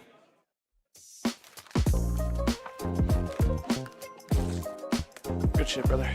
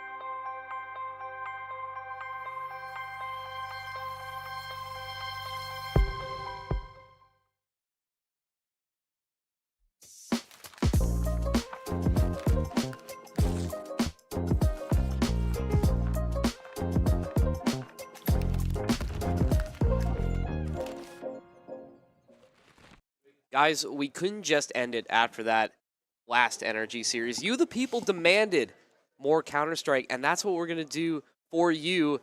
We are back on the desk. It's me. Oh, not Buckethead and All In Gaming. This is Evan and Zeph here. You know, I wish I could be Buckethead. They're both glorious people. Both glorious people. The best. You know. So great, super cool. You know, maybe we'll recreate the little incident that happened maybe. But in all seriousness, we're here for the final match of Fragadelphia Ultra Mega Jersey Day 2. It's Take Flight, Reactor 9. We're already getting into map vetoes. Zev, we were talking beforehand. These two teams, very interesting story for how they got here. Yeah, these two teams have actually faced each other earlier on, and they faced each other today, actually. That was taken by... Yeah. Reactor 9 did take that series 2-1, and map 3 was actually Mirage, was a blowout, so pretty much the same veto almost to the T, really. Well, Reactor 9 will be starting on that CT side, so here we go, the final series of the day. Winner takes all, and we'll move on to the playoffs. Loser goes home in shambles. So far back into a 4-on-4. Reactor 9 trying to hold this A site together here, but they're going to be put under that pressure. Bones just spot out one over towards Mini, but Cameron's going to tap 2. He's going to be so far so good for Cameron. Finds a 3rd as well. It is just dropping a 1-on-3, and it's not going to matter though. Signal closes out the round, and Reactor 9 will find the first pistol. Yeah, great start for Reactor 9. Cameron in such a power position on top of Hut. Not much that Take Flight is able to do to take care of him. You saw that last member just not sure who to shoot. A target-rich environment for Take Flight, but just not enough results. Unfortunately, Reactor 9 is going to take that pistol round on Nuke. Good start for them. Have some money to invest with some rifles. Heavy investment, I should say, heading into round 2. Reactor 9 really trying to push the issue here. See if Take Flight has anything to respond with. Yeah, and a thing to note as well, it feels like in a lot of these LANs, these players, I mean, it's not like a lot of the Tier 1 events where you only play maybe like 1, maybe 2 series a day. You're playing like 3, 4, possibly even 5 sometimes. So we're getting to that witching hour to the point. I believe it's almost, yeah, it's just after 8 o'clock here on the East Coast. And these players have been in this venue for almost 12 hours at this point. So now it kind of has to get into that psychological factor to see who's mentally going to keep going and who's not going to start to get extremely tired. I mean, these types of games can be very emotionally damaging for them, especially with playoffs on the line. That's a good start from Chris. He finds 2 kills, picks up the Deagle, and finds the second one. So a lot of damage being done for Take Flight, and Reactor 9 somehow, some way on the back foot. MP9 on the hand, a signal towards the back of the side, but he does have his good old teammate of Cameron here. We saw him earlier in the round, and Crisp again, 3 kills in the round from him. Didn't invest a single dime into it. Kermi and Signal will finally chime in and crack it with 2-on-2, 1-on-2. Kermi runs him down, and skin of their teeth, they'll find that second. Yeah, you don't want to say there was a lot of pressure on Reactor 9 to win that round, but with how much they invested, if they had lost that round, that would have been disastrous for the next couple rounds going forward. Take Flight now in that opposite position where now you're forced to buy into it a little heavier to try and stop the bleeding just a little bit. Reactor 9, a little bit nicer on the econ side, not perfect, but it's better than nothing. Do invest in some solid rifles, some M4s. Cameron still with the FAMAS in hand.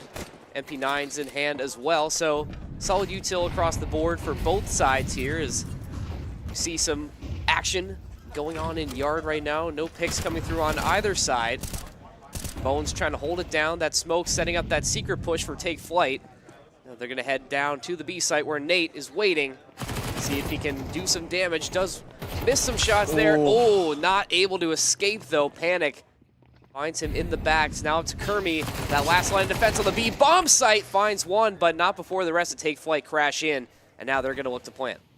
Yeah, it just felt like the timing was kind of off there for Reactor 9. I mean, Nate not really ready for the full bum rush down there. He tried to run away, try and reposition. Was punished for that. And I believe that was Cameron as well, or actually I believe it was Kermi instead, excuse me, that was trying to get through control. And the jump, he was able to get one, but it cost him and he ended up dying immediately afterwards, not able to finish the damage. I mean, and look at that as well. Jared, Huncho, and Crisp, 3 of the 4 remaining players are all below 29 points of health. This is around Reactor 9. If they do decide to look back at this demo, they're going to say, we should have won this round. The timings was just not in our favor. No, like you said, missed opportunities for Reactor 9, missed timings, but it's all right. That's the only round you've given up to Take Flight so far. Obviously still very early on into the game.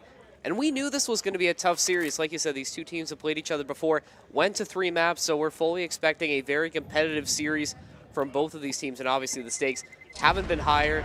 The loser is going to be eliminated from the tournament today, so both teams need to be at their best if they're hoping to continue this tournament. Another big round coming up here. First tech pause of this game. Not sure whose side it's on, but if I had to guess, I think it's Take Flight because that's where all the admins are huddling around. Maybe taking a moment to fix things momentarily. It has been quite a long day here in New Jersey. Lots of Counter-Strike today. Lots of Counter-Strike today. So if you've been sticking around the entire stream, shout out to you because you're just one of those guys that loves Counter-Strike so much. Just as much as these players here. Taking a break, taking a snack here. What are you looking at there? What I'm looking at is for those just tuning in, we can kind of give a little update on the teams that have qualified for playoffs. I can't say with certainty what the matches are going to be for the quarterfinals, but I can tell you exactly what teams have already qualified. So at the moment, it does look like Saw has qualified. That's pretty standard. Yeah. Energy as well, M80. Marsborn, not surprising whatsoever. Those 4 teams, in an event like this, they should be making. That's your top 4 right there. I would think. Yeah, for sure. Maverick, of course, going to be going through. That is the Jack Rowe and Austin CS team coming on through, and then FlyQuest Red coming on through as well. They're going to be in the quarterfinals. We'll see. That's going to be a really good matchup for whomever they play, I should say. A lot of really solid teams that are left in this tournament. It's going to be very interesting. Day 3 tomorrow as we get into the final matches of playoffs. Once again, we want to remind everybody that grand finals going to be best of 5 tomorrow, so that's going to be a very exciting final match. I think we have our predictions for who the top 2 teams are going to be, but we're going to have to wait until tomorrow to find out. Can't wait anymore for this round. Take Flight, open it up with the first pick. They're looking to tie it here, but Reactor 9 going to respond with some picks of their own. See if the secret push works again for Take Flight. And slow things down a bit here. Not really trying to go overzealous. I mean, Drop got the kill and found the unshoot, but he is tagged quite low. Crisp almost getting taken down there. A little bit of a whiff from both sides of the party. Kermie is going to be behind this red box here and will be clear though, but Drop, low HP. It's not going to matter. Finds the headshot instead, and they're going to start to close in on this B bomb site. Cameron is rotated down through vent, but Jared is lurking from the shadows down in secret. Signal should be get caught off guard here, and ooh, there we go. All right, Jared able to find one. Not able to find a second one though, but hold on. These 5-7 kills have some damage now, but Cameron in a 1 versus 3. Trying to find a third and a round out of nowhere potentially for Reactor 9, but it's a big ask for him to do. No kit in hand. Able to get a nice shot onto Huncho. Smoke is on the bomb, but no kit. Only a molly and a flashbang here, and the double peek from Take Flight should be coming into play. Able to find the headshot. Oh my goodness, if he found that kill, I would have lost my mind. That was so close for Cameron, but like you said, he had to be quick, had to be pressured just a little bit. No kit in hand. It had to be perfect, and it almost was, but 'twas not to be. Take Flight going to tie it back up, and I mean, you saw it here. Kermie just caught in a bad spot on red box there, just not able to swing in time to get that pick, and that leads to all that space being taken. I mean, Beautiful. What a shot from Cameron. I mean, it really was a great effort from him to try and salvage that, but now Take Flight in a perfect position to take the first lead for themselves in this series, round 5. Rifles online to Reactor 9's pistols. See if Take Flight can get it done here. Looks like they've elected to stack towards this B bomb site, leaving Cameron alone back towards outside. Ooh. Okay, Deagle spam will connect onto Jared. So man advantage for Reactor 9, and despite that though, I mean, it's still, you're just outgunned at this point, even up a man. We do have Cameron picking up the AK. He's had a very crisp start to nuke in this series, but might be too tall of a task for him.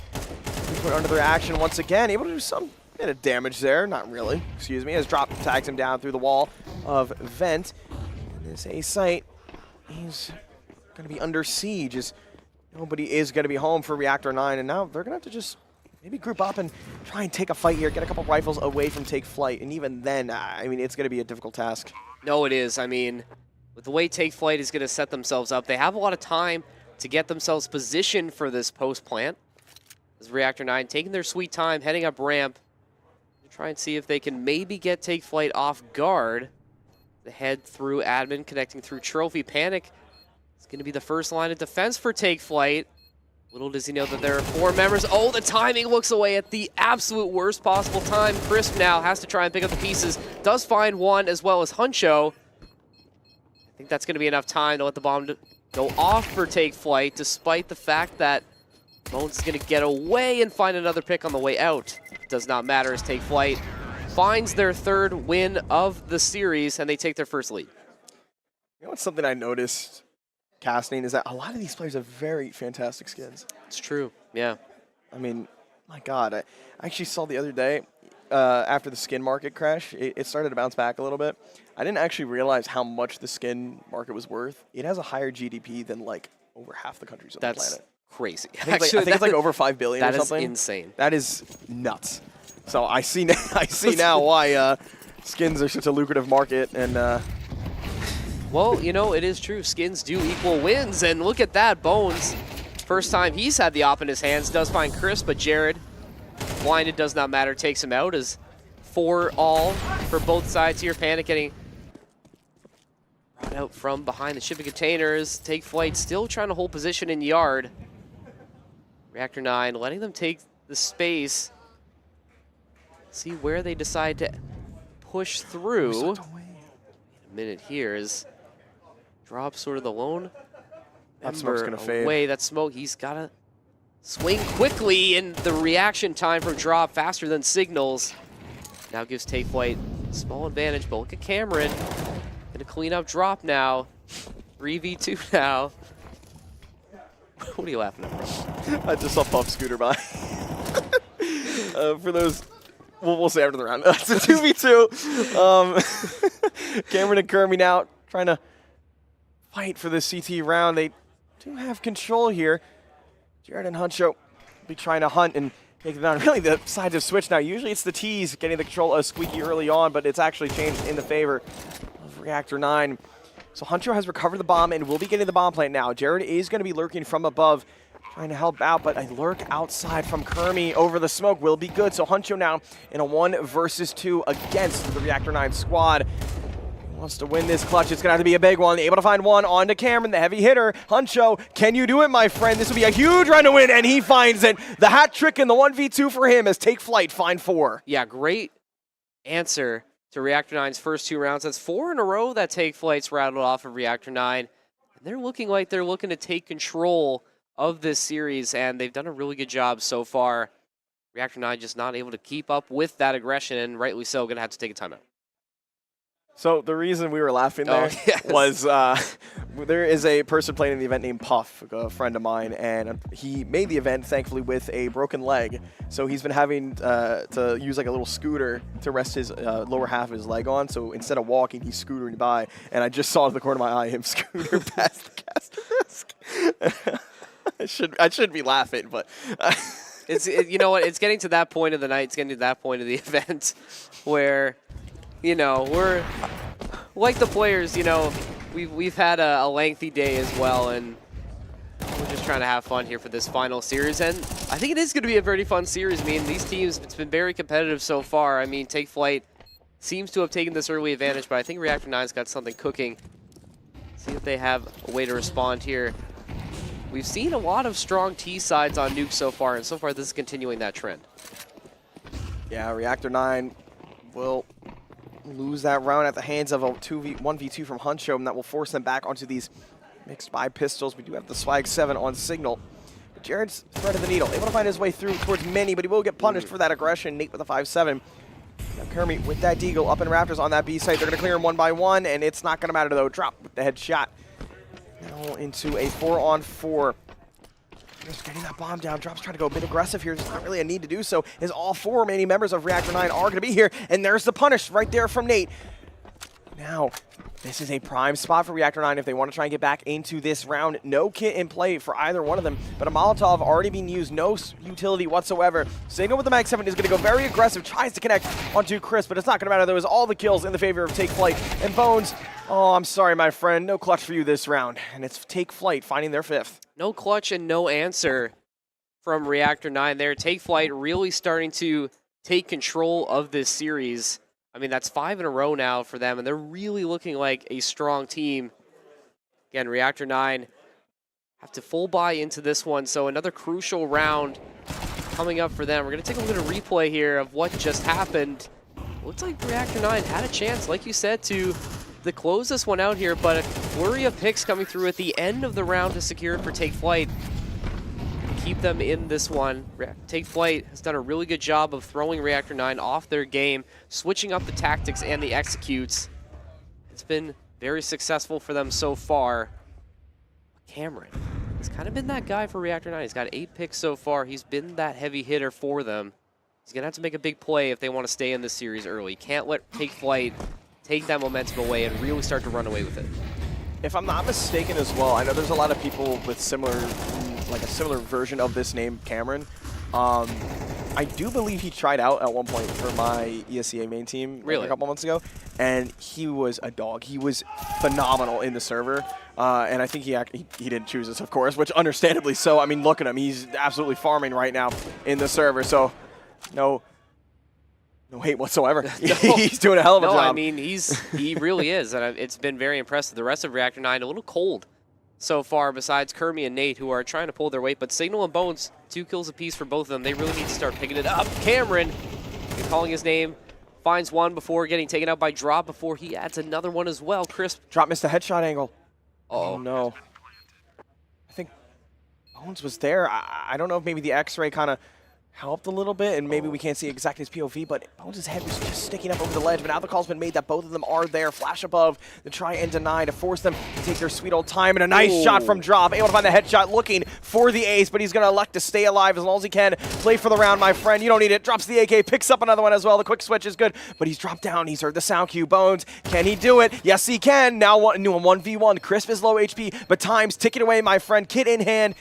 And it's going to be a done round, it seems. The fake will be good. He might get the kill, but not the round. Take Flight with 6 rounds in the row off the back of a drop 4K. Yeah, and I mean, it had to be quick for Bones, like you said. Not enough time. Was able to get the pick, so at least Reactor 9 gets a little bit more investment out of that. That's something, I guess, but doesn't matter as Take Flight will take the round.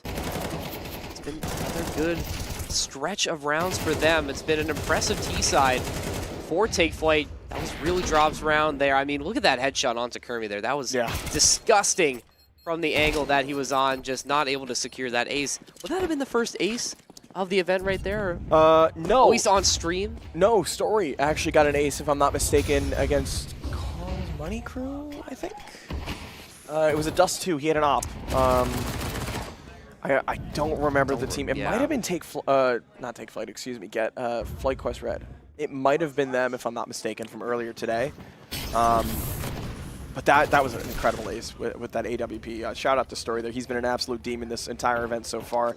Saw has been incredible so far in this tournament. I mean, as a whole, and look at that, 2 picks coming out from Reactor 9, but still man advantage for Take Flight. Now they're going to plant on B. Bones is here. Might catch one off guard. Spray transfer is going to be good. Jared now in a 1v2.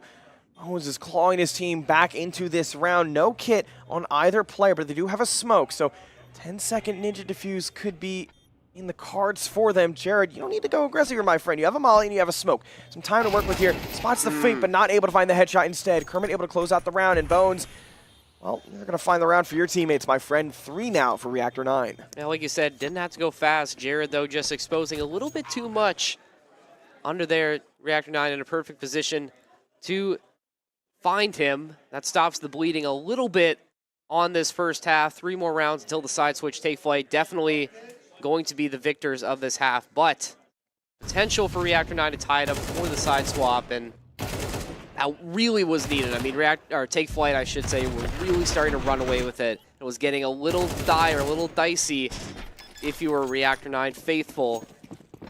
Still in it now. Have some investment as well. Give Bones the op again. We know how dangerous he can be when given the right situation. It's going to be a big play. Take Flight, once again, trying to go for this secret push potentially. Bones is waiting for it. Yeah, slowly but surely making their way up here to activate Bones. That's a good start. Crisp able to find Nate. The Panic's going to be here. Close range, and Bones, another quick kill for him. Cameron chimes in with one as well over towards Mini. And this Take Flight offense has really started to get picked apart one by one by one.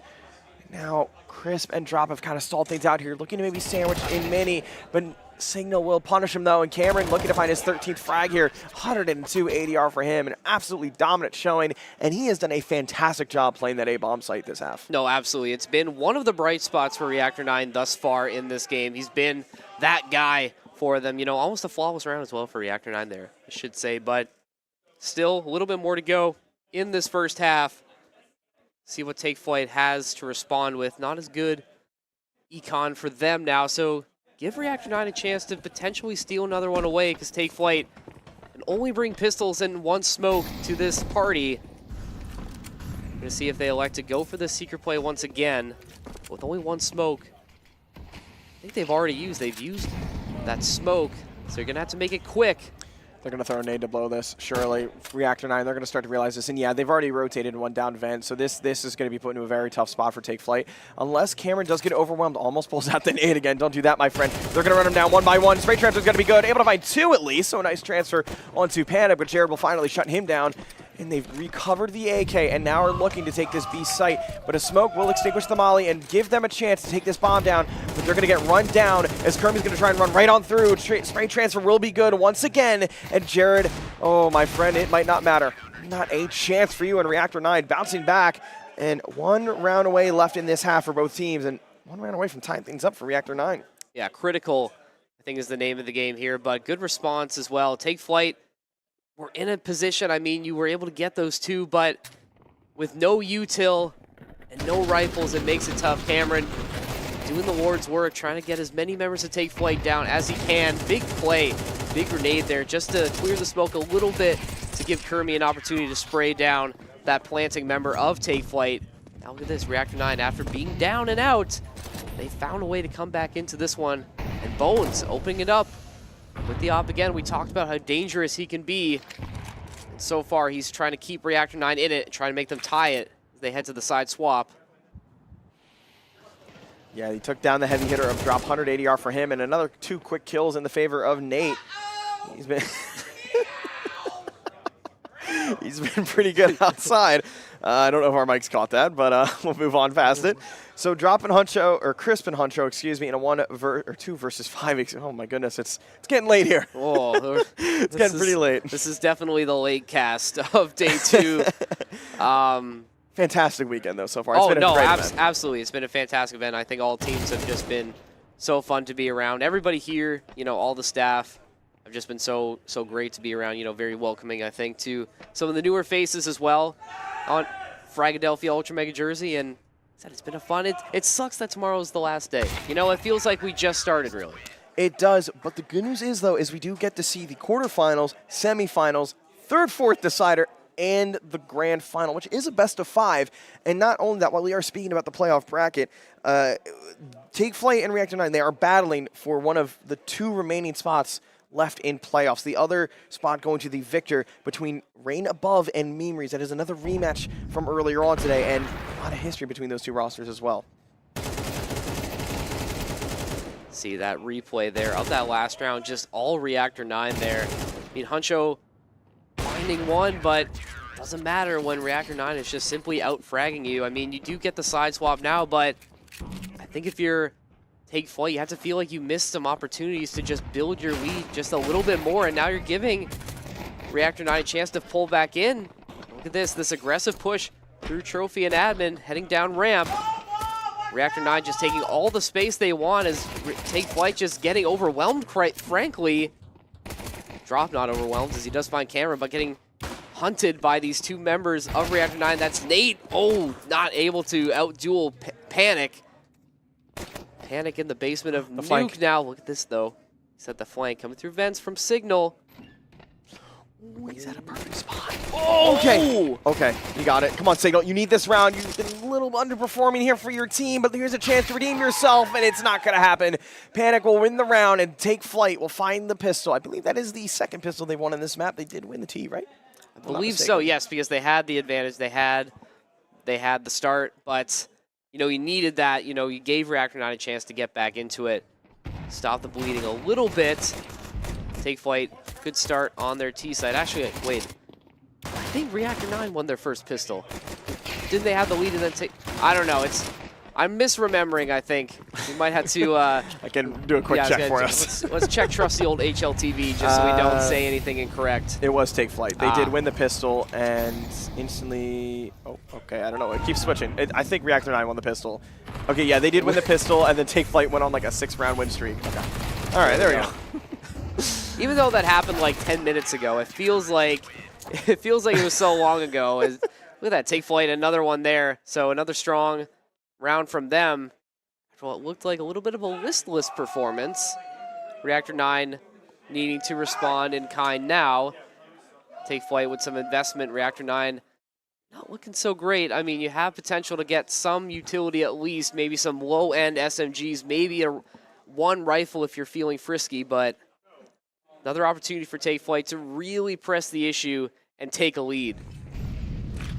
And once again, I mean, this series was played 5 hours ago or so, and it went all 3 maps. It wasn't necessarily a close affair in each map. Each team kind of got blown out on the other's pick. But map 3, I believe, was kind of a blowout in the favor of Reactor 9. I think it was a 13-4 on Mirage.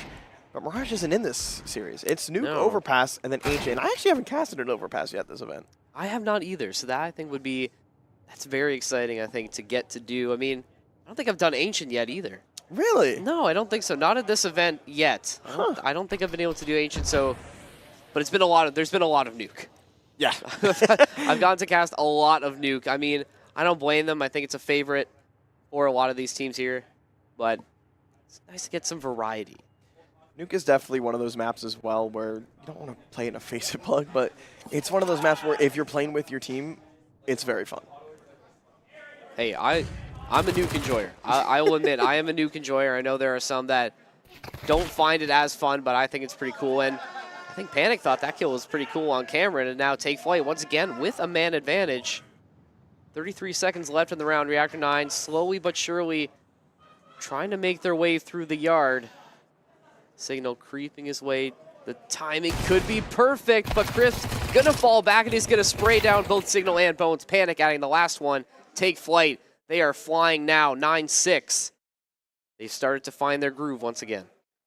Yeah, 3 rounds in a row on the CT side. A great start for Take Flight, but Reactor 9 looking to maybe bounce back here. This isn't the end of the world for them, but again, this is an elimination match. Loser does unfortunately go home, and okay, Signal just straight up drop from the ladder. All right. Signal jump scare, but it doesn't matter as, like I said, they were able to spray him down, and solid action from Take Flight there.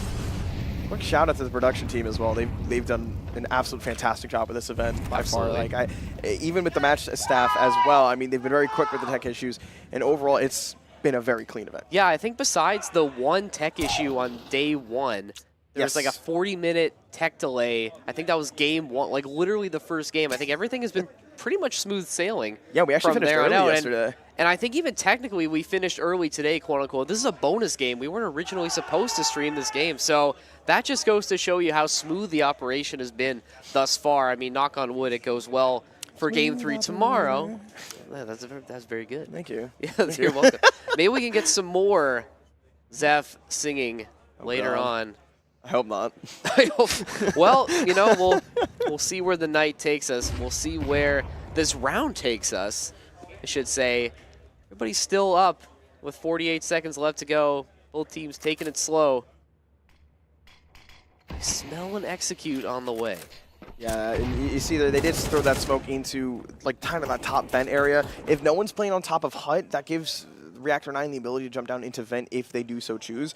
But they're not going to do that. But instead, they're going to walk into Drop, who has been boosted, and he is going to get cleared, able to find one with the MP9, pulling out that Molotov, but it's not going to be able to get thrown. Cameron takes him down instead. So this B-bomb site, here we go. We do have a player in close single and in control. So Hunter's going to try and get activated here. Crisp is going to be in single door, trying to make some presence known.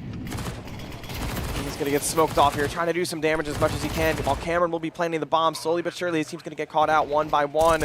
Nate going down, and so will Kermie. So this retake is all in the favor of FlyQuest Red. It's going to have to take an absolute miracle from Bones and Cameron if they want to get things going here, and it is just Cameron and 1v3, and oh, there was a chance there. He got that player low and could have had the spray transfer, because that second guy that came out of single was also very low HP. Oh, That was a close one. It was a close one, and I hate to call you out, but I don't see FlyQuest Red. Did I say FlyQuest Red? Yeah, you did. Oh my god. I'm sorry. Somebody had to say it, but I didn't want to stop you because that was a great call you were making. But you know what? It happens to the best of us. It does, unfortunately. You know, again, it's been a longer day, but you know what? That was sort of FlyQuest Red-ish, the way that TakeFlight was able to retake that site. Yeah, FlyQuest Red was really good on the They had a retakes. really good game against Saw earlier today. I believe it was Mirage. They were actually giving Saw a run for their money. That's been the most rounds that Saw has given up in this tournament. So I think FlyQuest Red could be a dark horse for some of these playoff matches tomorrow. Definitely want to keep an eye on them as we head into these playoffs. But Jared, he sees Bones fully through that smoke. Another solid round going, starting, I should say, to TakeFlight. Still a lot of round left to go. Jared, though, on the opposite end of that smoke play. 4-all now is Nate trying to get Reactor 9 some motivation, some spark to get something going here. Both these teams have been very streaky on Nuke so far.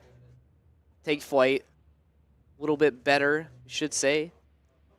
Drop, trying to hold this cap position. Reactor 9 waiting in the wings to try and set up this execute. But Drop's going to need some cavalry if he wants to hold this site. Drop's in a really good spot here as well. If he finds the timing here onto Signal, he could potentially push into that window and find that early frag. But Cameron will be in double doors, waiting and lurking for the trade on his teammate. And he is, if I'm not mistaken, in that left spot right next to the door. So as soon as he opens that, he's going to pre-fire right into where Drop is. The headshot will be good. And, ooh, there was a chance there. They are going to hear him rotate over towards the close angle. So double doors has been open. Drop doesn't need to take this fight, though. He needs to stay alive as long as he possibly can and allow his teammates to rotate in. Cameron will be taking one down at least. Nate chimes in with one as well. So the retake for Panic and a 1 versus 3 is on. But I don't believe they know where he is. Coming through single door now. Looking for the pre-fire, able to find it onto Cameron. Now down to 1v2. Kermie and Nate trying to keep the dream alive here for Reactor 9. Panic starting to panic a little bit here. Not able to find any sort of damage whatsoever, but except onto himself. Dinked down by his teammate. Oh, and finds the headshot onto Kermie. But Nate shuts any attempt of a retake down for him. And Reactor 9 find their first in this second half. I was believing for a second that was going to be retakeable for TakeFlight, but just not able to avoid Kermie. Tough time to swing this replay. It all started in Yard, going the way of TakeFlight, but slowly but surely Reactor 9 clawing their way back in. We drop right through the guardrail. He's able to find that pick, but Panic, like you said, a little bit of panic there. Yeah. But not from the side of Reactor 9. Oh, Huncho.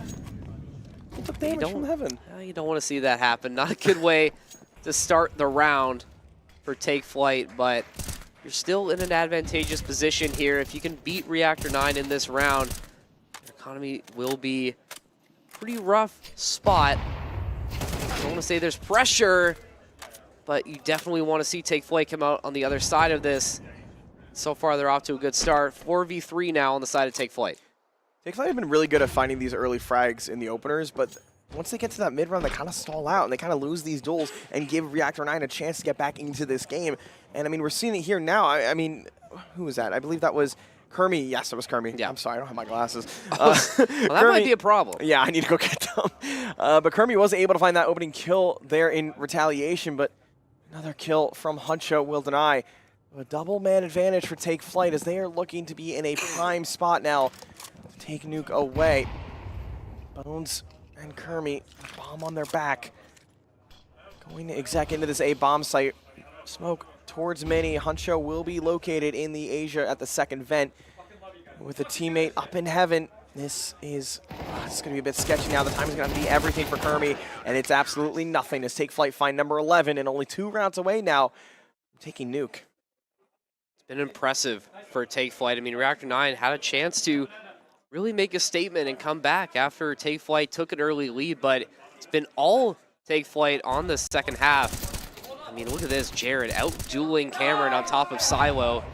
Just done a really good job of holding Yard despite those smokes. I mean, Kermie, excellent one-tap, you know, put that in the TikTok edit, but just not good enough to win the round because TakeFlight has been taking control on the second CT side. Going into Reactor 9's map pick next on Overpass that is looming for TakeFlight. See if they're able to keep it going here. Huncho and Panic holding it down on A. Panic gonna nestle himself in the corner behind the vent. Oh, he made the noise. That audio cue not gonna benefit Reactor 9 as now Take Flight going to reposition in anticipation of this push. Glass breaking in control, also gonna give them a little bit of a hint. Huncho waiting for that swing, perfect timing. Oh, he's got bomb. Does have Nate's bomb out. as well, and Oh, no. he swaps Oh, to his weapon. Nate! He swaps to his weapon at the worst possible time. Nate gonna come through with the double with the TAC-9. They retake the bomb, and now they're gonna be able to plant on A. A huge misplay from Take Flight. How can you give Nate 2 frags there? That is actually just so improbable to happen. My goodness. And they're going to get a bomb down as well. This round has swung in the favor of Reactor 9. And I'm not even kidding. When you were talking, I was thinking, I've seen plenty of rounds like this before with these low buys and the Tech-9s, especially on Nuke, swinging in their favor somehow in some way. And right now, Take Flight struggling to retake this site. Bomb almost half gone now. And now they got to start to consider, maybe we should just save, but the flashbang from Crisp will be good, hoping to maybe try and have some impact here, but Cameron's going to remove him, and that's a done round. That's Reactor 9 off the back of a round they have no business winning, finding number 8. I think they should have chosen to save a little bit earlier. I mean, you might lose this op here as well, depending on if Crisp is able to get away and live for a couple more seconds. Thankfully, the bomb going to take out Nate and Kermie, but you're right, almost an impossible retake. Reactor 9 knew where they were coming from. They knew they were only going to have to retake from heaven there, and Take Flight didn't have the util, didn't have the guns to make it happen. Like I said, probably should have saved a little bit faster, but they thought it was a position where they could potentially retake, and this is that little gap right here as Huncho caught nice swapping transfer. weapons, and Nate just making the Tech-9 do wonders. I mean, like you said, sometimes these low econ rounds where you're using the Tech-9 can be dangerous. Tech-9 in the right hands can definitely do a lot of damage, despite the fact that it might not be as elite as some of these rifles. Yeah, especially in that inner sight area too. I mean, there's been a couple times in this event, and even in top tier play as well, we've seen some pros in Panic's position right here playing towards Mini, and even top Squeaky being a little bit of a nuisance and buying up that XM to be absolute demon, and being an absolute demon from above. Huncho's going to rain some death down onto Kermie. Panic chimes in with one as well, but the kills will end up in the favor of Take Flight as they're going to be under siege on this A bomb site. And a no-scope from Bones finds Panic through the darkness, and some Panic now spreading over Take Flight as the bomb site is lost for them. The bomb still has to go down now. They know where drop is over in heaven, but they have no clue where Jared may lie. Over towards Mini. Smoke will be good and deny him any chance of getting that information. And the thing now is that Reactor 9 doesn't have the bomb, so Take Flight doesn't have to be super aggressive here. They do eventually get it back. So now that aggression does have to come through. Signal going to retreat back through Hut. Bowen's going to put himself in that corner. He thought Take Flight was going to be able to take this slow, but not anymore. Reactor 9 turning up the heat a little bit here in the later rounds of Nuke. Bowen's just in a perfect position here to find that audio cue, but Drop is able to drop down on Bones. He's got a kit. Does have a kit, but has to be quick. Signal waiting. Well, this timing could be perfect. Has to decide what he's going to do. Oh! The transfer. Does he have it? Signal. 3, 2, 1. It's going to be close. Oh, no! He doesn't get it. He didn't get it by mere milliseconds. Reactor 9, by the skin of their teeth, come out on top. Oh my goodness, you thought Take Flight was going to be on match point, but just not quick enough. Reactor 9, because of that, still have a chance of forcing an overtime, potentially, or stealing it away at the last possible second at the stroke of midnight. My goodness. Yeah. So close. That punish drop right there, looking back towards Hut. Oh dear, that really cost him. Like, okay, it's not going to show it unfortunately, but it really was down to the milliseconds. Literally. Oh my God. That's not the first time we've seen this. If you were watching, Yeah. oh, why can't I remember? This is the third time I forgot. You were casting and that I was game. casting that too, so that's really not good. Is it? Man, Forget it. I'm blanking on it as well. Oh man, I think we're dumb, dude.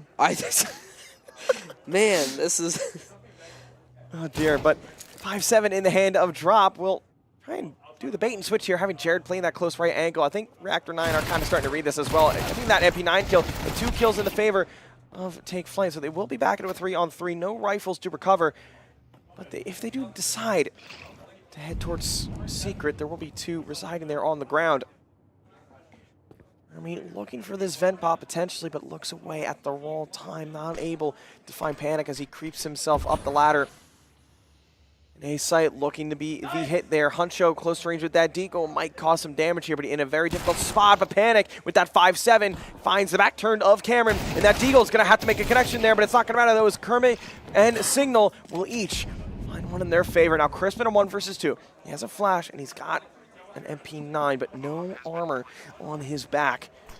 This should just be a done round now, unless he finds this huge time in there and gets that early headshot, but it's not going to matter though. Kermit finds it instead, and ladies and gentlemen, this is a close game here. I was expecting a potential for it to get this way, but in the way it was done, like Take Flight, it feels like they've been dominant in the first quarter of the half, then all of a sudden Reactor 9 come in swinging, and then it really just goes back in the favor of Take Flight, but that's not what we're seeing here. No, it's been so streaky. I think, that's 3 rounds, I should say, in a row, but 4 out of 5 going the way of Reactor 9 after Take Flight just completely dominated the first part of this second half. And I mean, you said the stakes have been high for both teams, neither team wanting to go home. I mean, this is Take Flight's, I think this is Reactor 9's back pick, actually.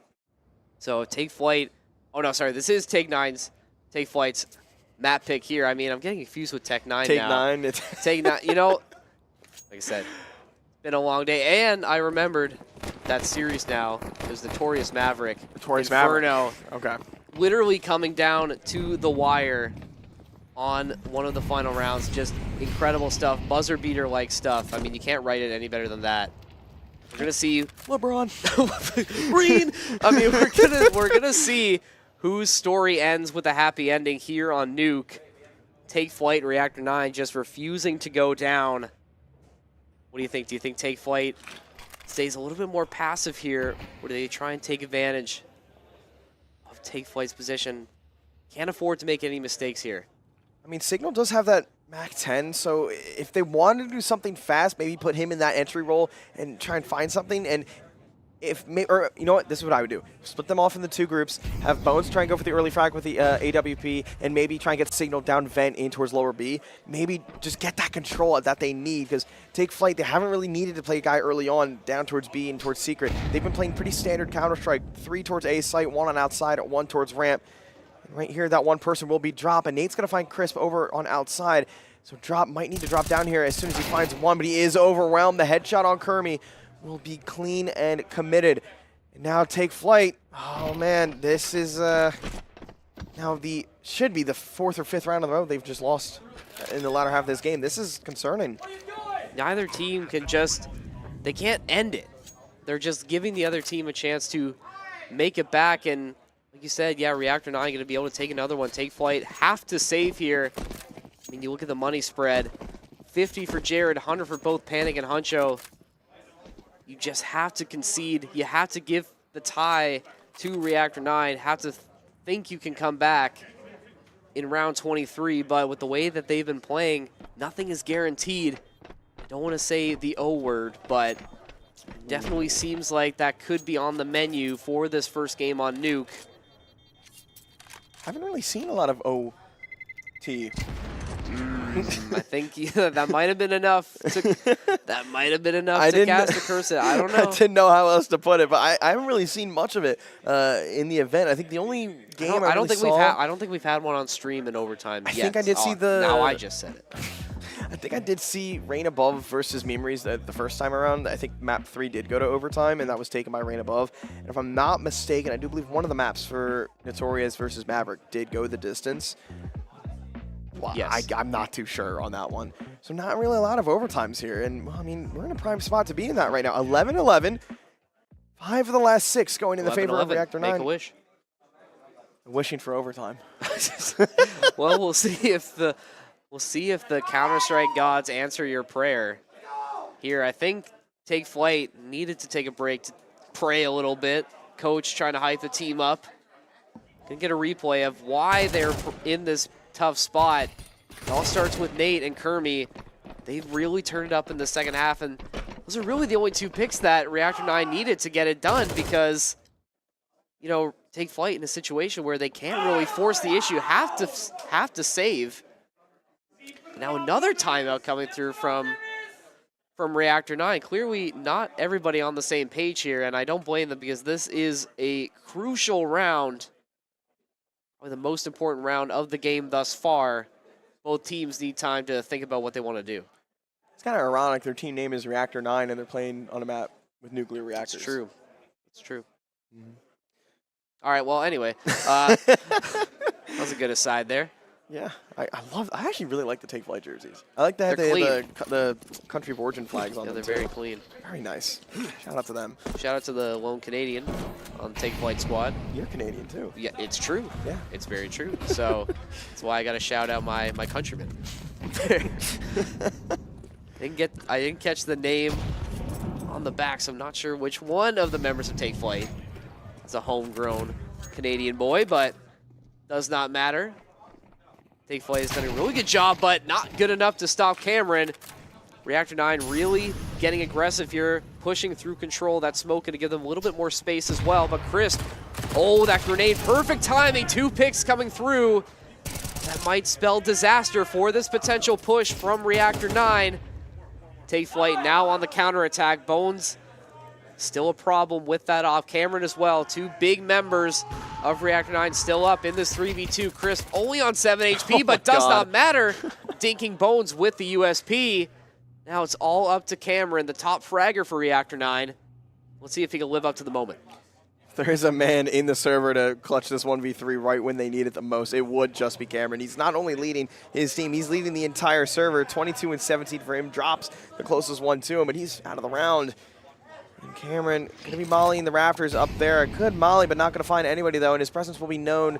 A low HP Crisp will be lurking up above on the rafters, but walls are slowly starting to close in here.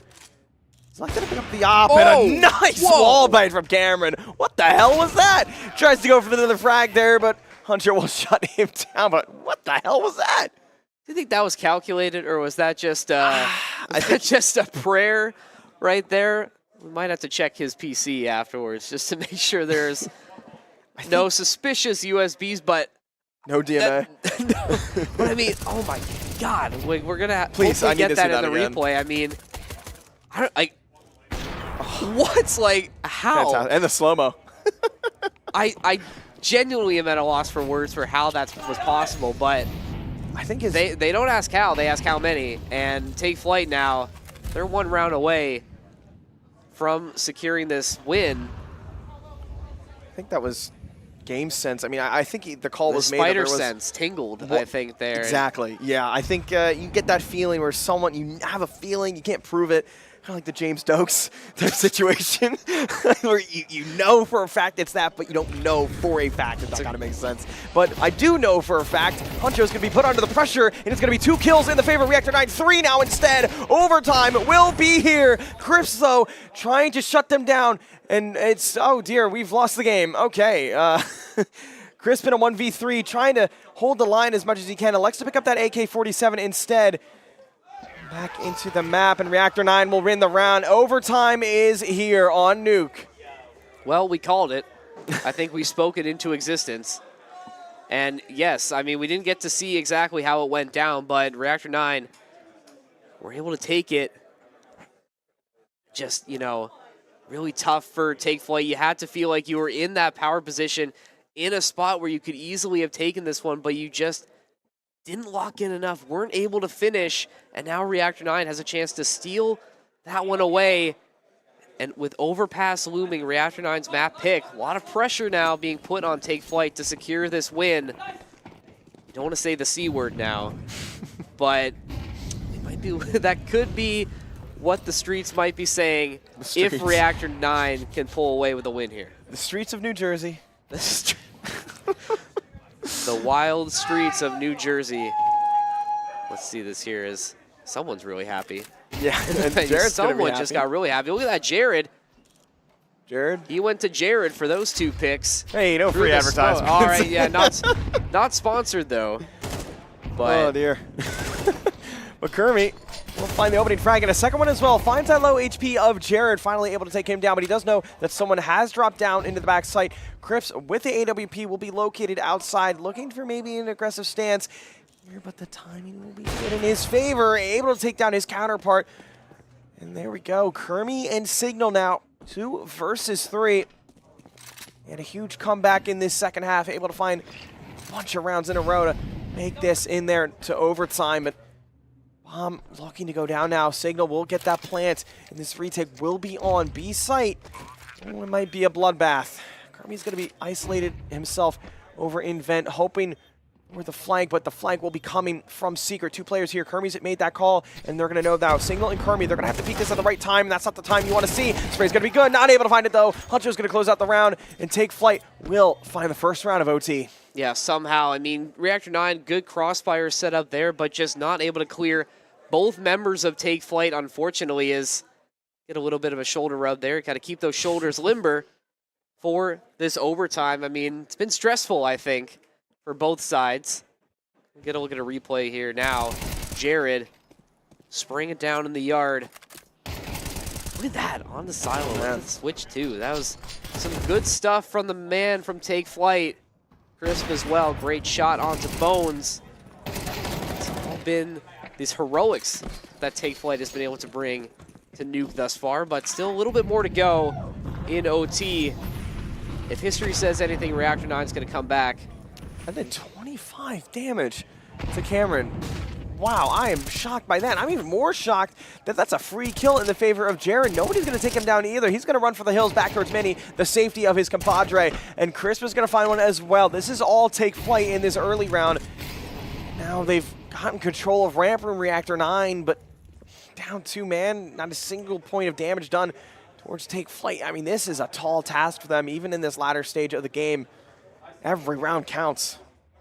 Every round counts, especially in OT. I mean, like we said, Take Flight was in a position to close it out early. Weren't able to get it done. Reactor 9 clawing their way back. Now Take Flight trying to get it done once again in a good spot here. Every man up for Take Flight. A flawless round. So close now. One more round away for Take Flight. They'll take it in overtime. Reactor 9, what can you do to respond? Well, if I'm Reactor 9, I think the thought needs to be made. I think we need to see more out of Signal. We're in overtime, and he only has 7 kills. If Reactor 9 want any sort of chance to really get things going for their roster in this map, they really need to see someone else show up. And we saw Cameron. He's been doing a hell of a job on Nuke. We saw Kermie as well. He's 23 and 18. And Nate as well. I mean, they having the big 3 kind of pop off there. Bones being a very good opper and being that supportive player when need be. But Signal having a very quiet game. We haven't really had to say his name too often, but Kermie able to find that opener, and Gifted tries to go aggressive and find another kill there, but overzealous Kermie goes down indeed. Cameron able to punish the aggression from drop towards Trophy Room. Crisp with the AWP will be posted, and a nice shot from Nate as well to bring this back. And it's back into a 3-on-2. Huncho picks up that AK and elects to go through for the A site, rotating over towards Squeaky, able to find a knife out in hand. Signal goes down, now into a 2-on-2. This is absolute chaos here in this final map, or final round, excuse me, of the first half of overtime. The AWP on Bones, playing these close range quarters fight. Huncho has made his way out towards Vent, but it does look like they are going to be trying to flank through lobby over towards Squeaky. And oh, there was a chance there. Bones able to find the frag instead. Huncho's got a smoke and a kip, so a Ninja Defuse could be on the cards, or an ace. Able to tap it and looks to find one. Not able to connect though. Reactor 9 will find a round in the first half. Yeah, I liked that play there from Take Flight to try and maybe bait out a rotation from Reactor 9, but just not able to swing properly, is now overtime. Has to continue just a little bit longer. Now we swap sides. Take Flight swapping to the T side. Reactor 9 back on CT. Get a replay of how it went down here. Kermie finding that first pick. Somehow was able to dodge those first couple bullets from Huncho, but not able to escape completely. Nate adding another one as well. Bones, that was the big pick, I think, that led to the win. Getting that man out of heaven. Like that Bruno Mars song. That is a good song. It's Locked Out of Heaven, right? That's the name of it? Yeah. That's a great song. Kind of like that, yeah. Oh, man. You know, he is a very... It feels like every time he releases a song, it's like #1 in the country. Some guys just have it, man. They're like Panic. He's got it right now for Take Flight. Is, you know, they're looking to close this one out, but Reactor 9 still a thorn in their side. I'm trying to think of like another Bruno Mars pun, but nothing is coming to mind right now. Trying to think. Well, if someone had an HE grenade, I was going to say that they will drop a grenade Oh, for there you them. go. Yeah, there you go. But fortunately, neither team has equipped one. So thumbs down from Zeph over here. Damn. So first round of the second half of OT, first to 16, of course. Feels like it's the classic CSGO standard for MR15. Signal 7-19, my friend. Let's see if you can get another one here, but the whiff won't be enough. Drop finds him instead. Backer with 3 on 4. Able to take down the low HP player of Drop. Double man in heaven should find some impact. Bones, a hell of a shot to connect on. Will take down Crisp, and Bones will make some more impact as Kermie's actually going to go over aggressive towards heaven. Panic. He is starting to panic, and he's going to have to try and clutch this 1v2. Time's ticking away, though, and they're going to become 1 by 1, and Reactor 9 will tie things up at 14 apiece. Crazy is the name of the game on Nuke. I mean, we knew this was going to be close, and so far, this series has not disappointed. You can look at Nate trying to hype up his team. They're still in it right now. And I mean, it's back and forth. Nobody really has been able to take the advantage, take flight almost on match point in overtime, but just not able to close it out once again. Just giving Reactor Time way too much to work with, especially in these critical moments. You have to make sure that everything is executed perfectly, and especially with the way the stakes are right now. I mean, we've already said it. Winner moves on, loser goes home.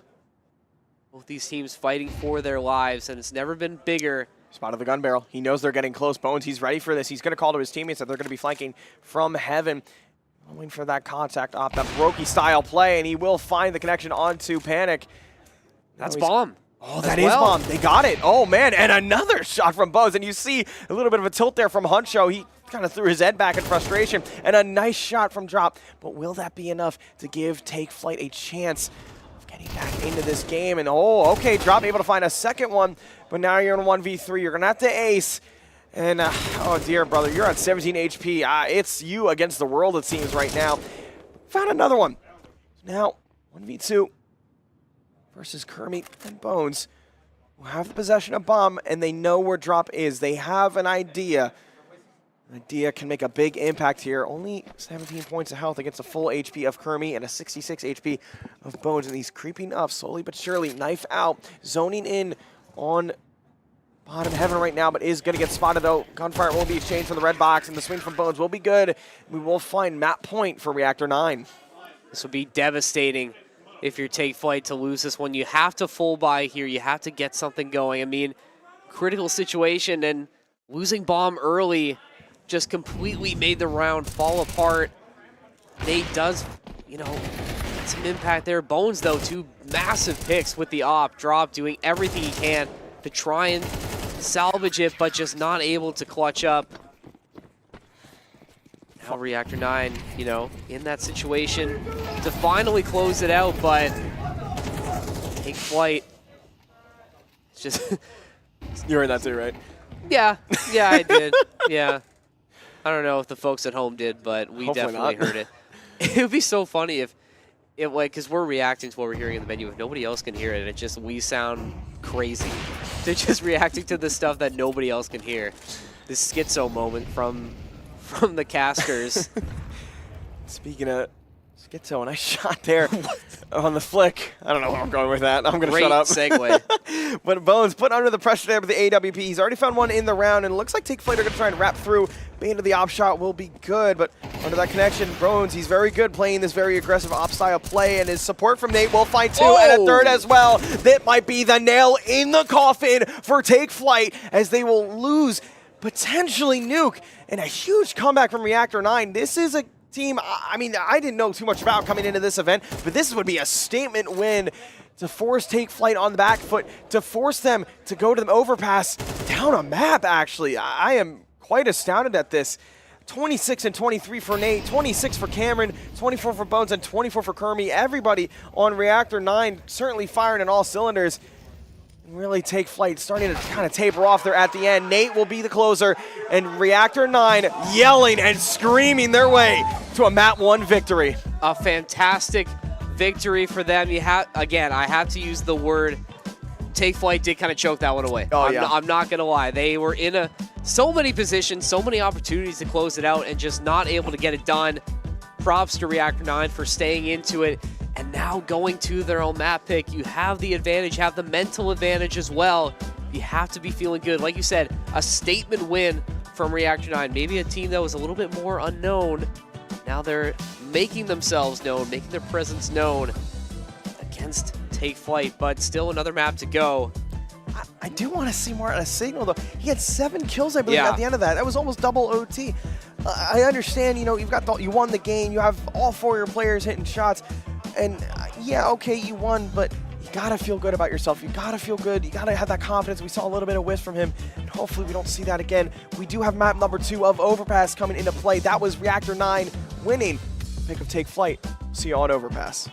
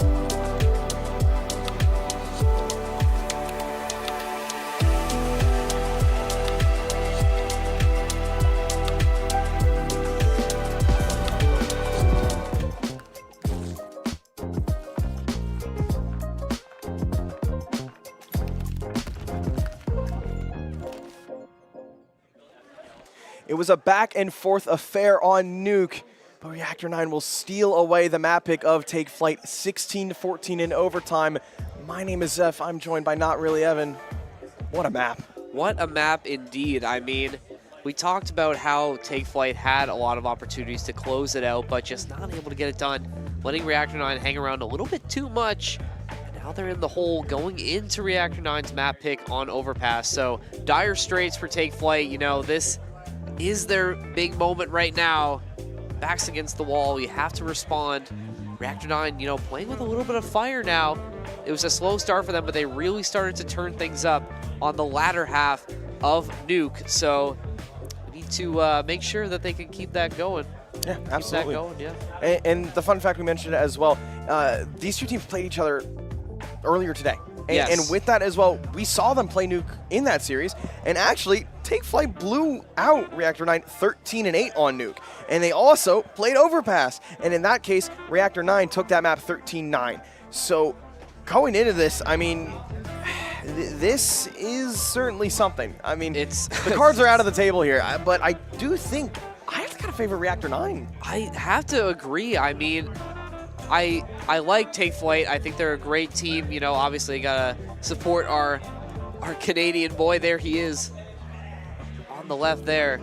But I think with the way Reactor 9's been playing, at least the latter half of Nuke, I mean, I definitely would favor them in this situation, especially on their own map pick as well. I think you found the confidence, you found that energy to push on to the next series. And I mean, you have to be feeling confident as well. It's like, look, we just took Take Flight's map pick. We were down and out, and then we found a way to get a win, get a gutsy win at that. Why shouldn't they feel confident going into map 2?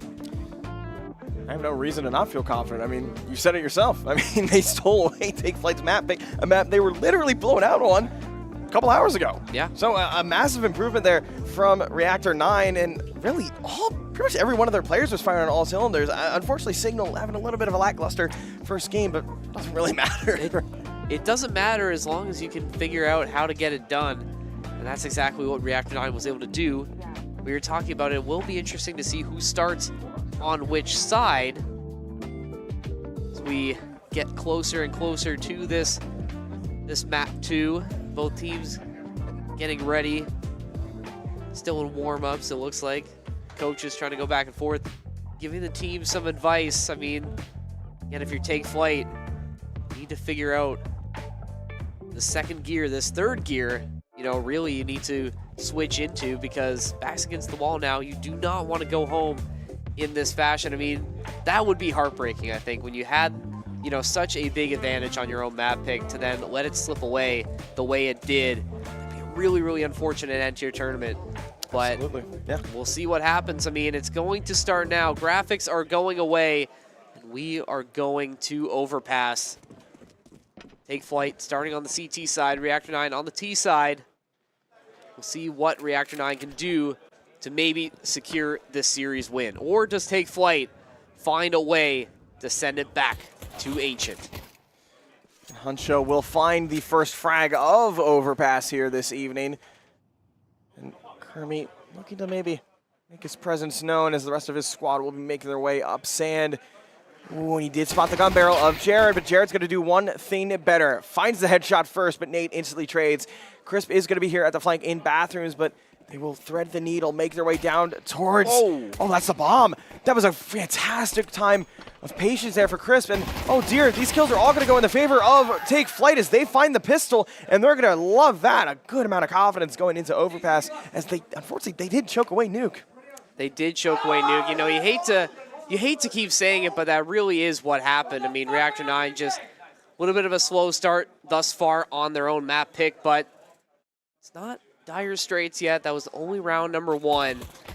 Take Flight able to go into that next gear, and Jared pulling those dualies out, finding Kermit for that opening pick, and now Reactor 9 with a chance to respond, but some util online, some rifles as well for Take Flight. Again, this looking Crisp, holding this angle, but not able to get the spray transfer, is eventually going to find Cameron. Huncho adding another one. So 4v3 now in favor of Take Flight. Reactor 9 trying to be aggressive still. Pushing on to Huncho, does eventually land. not before another man falling for Reactor 9, and it just all comes crumpling down now, all up to Nate. Let's have A site open, does not matter as Panic finds him. 2-0 Take Flight. And this is pretty familiar from what we saw on Nuke, an early advantage from Take Flight. Does history repeat itself? It has a tendency to do so, that's for sure. It's true, time is a flat circle, or so they say. And so are they say indeed. For those just joining us here, it is the final mainstream game of the day. Reactor 9 taking on Take Flight. Reactor 9 up a map. This is a battle for the one of two remaining playoff spots here at Frag Ultra Mega Jersey. Other spot being fought over between Memories and Rain Above, who Rain Above actually just took map 1 over them. And we do hear some yelling. That is Rain Above actually right behind us here in the venue. So Reactor 9, they're going to buy up these AKs, trying to find some impact here. But the team kill! Oh no, Bones takes down his compadre of Nate, and we'll get the trade at least onto Huncho, but that's a free frag gifted to Take Flight, and a good scenario to be in, a 4-on-4. Looking to maybe try and recover the round, Reactor 9. I mean, target-rich environment, but a little too rich, I think, for Reactor 9 in this case. A little too trigger-happy. Kirby, though, is going to bring one back, so you do recover the man advantage, but you still have to think that that's a big mishap that Take Flight is potentially able to take advantage of. Panic finding a grenade kill. Kermie adding another one as well. Panic can shoot his way through, but can't find it. Cameron going to take him down, but not before Panic does find one pick. It's all up to Crisp now. Crisp investing in the op early. Cameron able to get the bomb down, using that smoke as cover.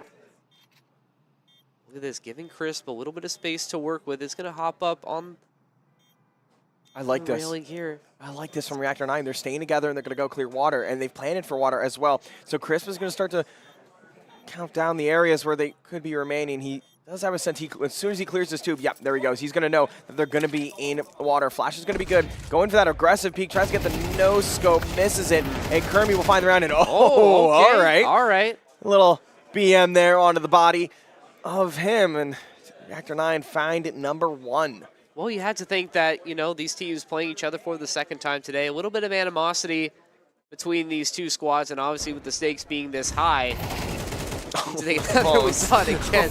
Just unfortunate timing. You can't stand in front of the man who's shooting. I think that's the first thing they teach you when you go to the gun range. But it does not matter, and yeah, Kermie spraying it down. Like how it slowed down as well. Yeah, just for the extra BM. But they don't see that. The stream sees it, but I think this is a dead round. I think, yeah, this is a dead round. Nobody's taking damage whatsoever. I don't know what the tech issue is, but yeah, it is going to be a tech pause. We are going to reset this round here between these two teams. Usually, of course, the rule being if any sort of tick of damage has been done on any of the 10 players in the server in a situation like this, the round would not be replayed. But fortunately for whoever's having the issue, it looks like it's going to be Take Flight. The round will be restarted. Everyone's going to have a chance at rebuying what they want. So we've got the match admins on the case to figure out the issue. man, history really is repeating itself. Another early tech pause on the side of Take Flight literally happened, I think, in round 4 or 3 of Nuke. So, They've taken the headphones off. This could. It's not a good sign when the headphones come off. Usually that means a long wait. We've had a couple tech pauses where players will accidentally hit the Windows tab feature and open up an entirely new desktop. Unfortunately, I don't think it's one of those times. And we're just in a tough situation right now where we don't have any information on what's happening. So we're just going to stand by and hope that this issue gets solved quickly. Hate to see this happen in a big moment. Both teams, you know, need to try and stay warm. You don't want to sit too long, especially if you're Take Flight. You know, you have the early advantage, right? You don't want to sit for too long because you give both sides a chance to recollect your thoughts and, you know, reset yourself. So potential to maybe lose some of that momentum you had gained. It is still early though, so probably better than happening later in the round, but we're still going to wait and see what the issue is. Both players typing on both sides. We can, while we are waiting, we are going to give an update on the other match going on right now. It is Memories versus Rain Above. Rain Above did take Inferno, their own pick, 13-6, and right now they are leading on train 2-1.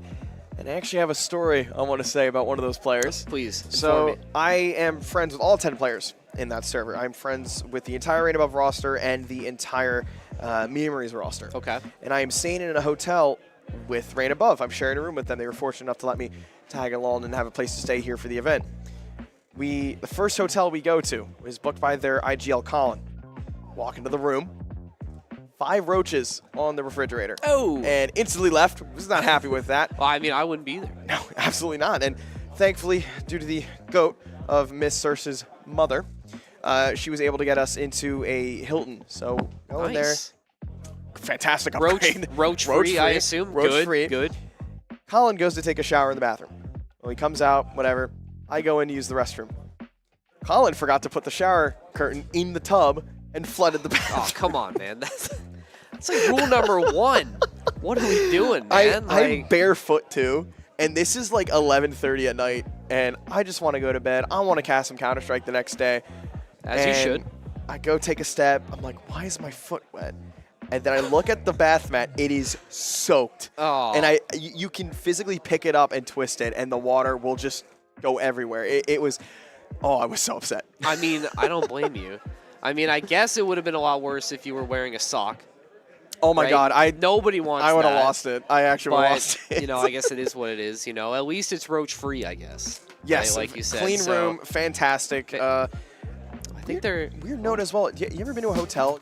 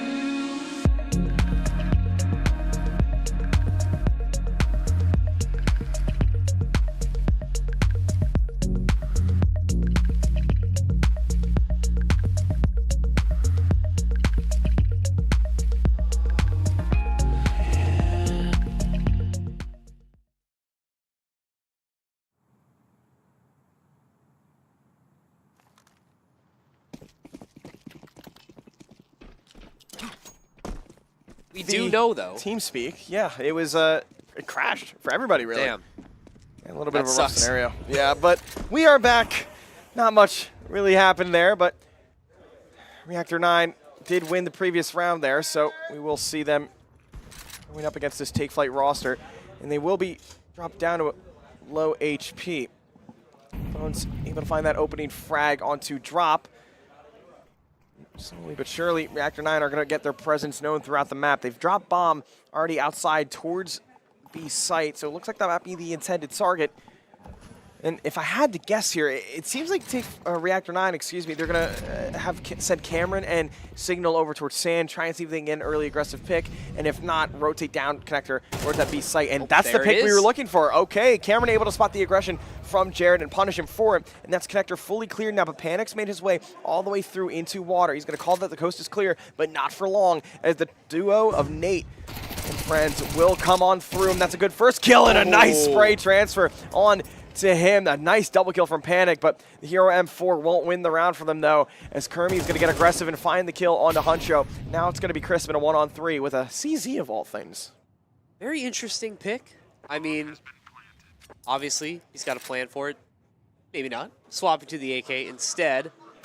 Try and make his way, but we're not even going to see that future because Cameron ending that round, Reactor 9, tying it back up after TeamSpeak has returned.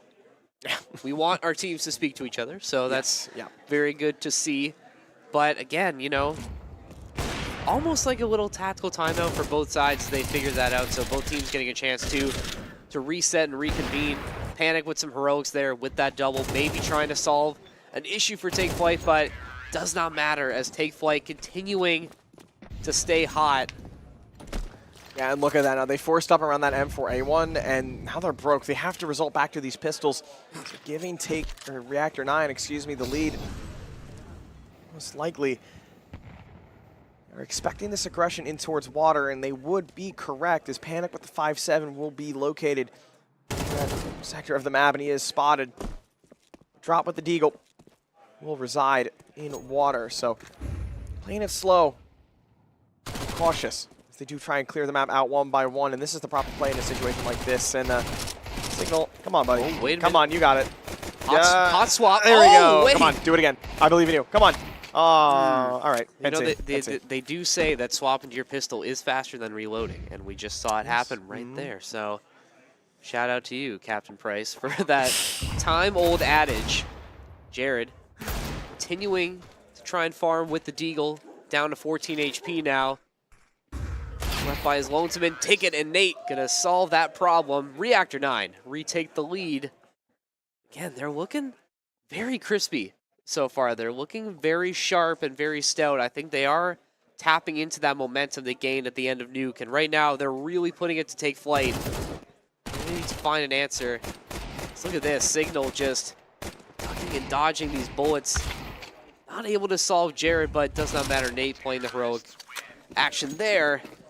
Reactor 9 back in the lead. Going through here, more util going out from all sides. It's Reactor 9 trying to take space. They head towards long. See what Take Flight elects to do here. Yeah, they've decided to push up long, and I like this. They're playing very far left against the wall. They're playing more cautious, really, if one of the members of Take Flight are going to be playing up aggressive towards bathrooms and hear this cue, but they're going to hear it now. Huncho with a very nice nade should do the damage onto Cameron, and he's going to eat that nade, and Nade's going to eat the bullets of Huncho. Able to find one. Huncho finding a second one, holding this line for Take Flight, and Jared chiming in with one as well. Signal not able to find anything, and Kermie, well, unfortunately, my friend, it's a done round, and Take Flight will tie things up at 3-3. Getting emotional as well. You can see him missing the high five on the first go, but they do eventually get it. But that's such a hard site to take when Take Flight is in the position there, and you have a couple guys around Optimus just not able to get around and get into the site, and Reactor 9 just setting up like a shooting gallery almost for Take Flight. 3-3 now. Still anybody's game, I think.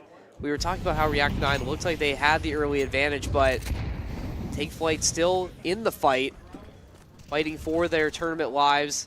Like we said, those of you just joining us, the loser of this game will be eliminated from Frag Ultra Mega Jersey, the winner advancing to the playoffs. So a lot on the line for both of these squads Good start for Take Flight in this round. That wall bang does find some damage onto Nate. Kermie already down as well. See if Take Flight can take advantage. Bones trying to wait out that smoke through Monster. Nobody on the other side. See how much space he wants to take and how much space Take Flight is going to let Reactor 9 take as they look to maybe attempt this B hit here, but two sides split, and that's like Rob just trying his best to get some intel on site there. Well, not the time, my friend. They're going to come right on through, and they're going to love it. The Molly will be stalled out, though, as they are going to eat some damage. So Signal finding that entry, but Drop gets the trade onto Nate. Jared's going to be here residing in the pit area with an A1S, holding for the close bridge peak, and it's going to be good enough. Chris is going to find an op kill as well. Signal now in a 1 versus 3. I asked for him to kind of show up and make an impact in this round, and while he didn't win it, he's having a lot better start here in Overpass than he did on Nuke. Much better, for sure, but still, you know, you need a lot from these players, especially, like we said, when the stakes are so high. But yeah, Signal, great rebound as well. Reactor 9, very even across the board. Everyone trying to contribute, but both of these teams so even. It really is hard to call who this series is going to go to. I mean, Nuke obviously taking overtime. I'm not even going to say it again here. I mean, so far it's been close. I mean, you might want to give the advantage to Reactor 9 simply for the fact that this is their map pick, but I don't really think there's a lot of weight to that because of how both these teams have been playing. And Reactor 9 trying to push through the Fire and the Flames. They do get rewarded for it, but Drop with a big response. And now, look at this 1v2 now. Another team kill coming through from Reactor 9, but Kermie going to get the bomb down regardless.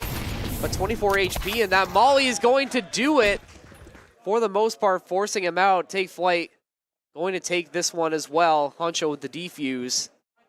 I mean, at least Reactor 9 was able to plant the bomb there. You know, a little bit more cash in your pocket, but now you're down 2. You've let Take Flight get 3 rounds off in a row.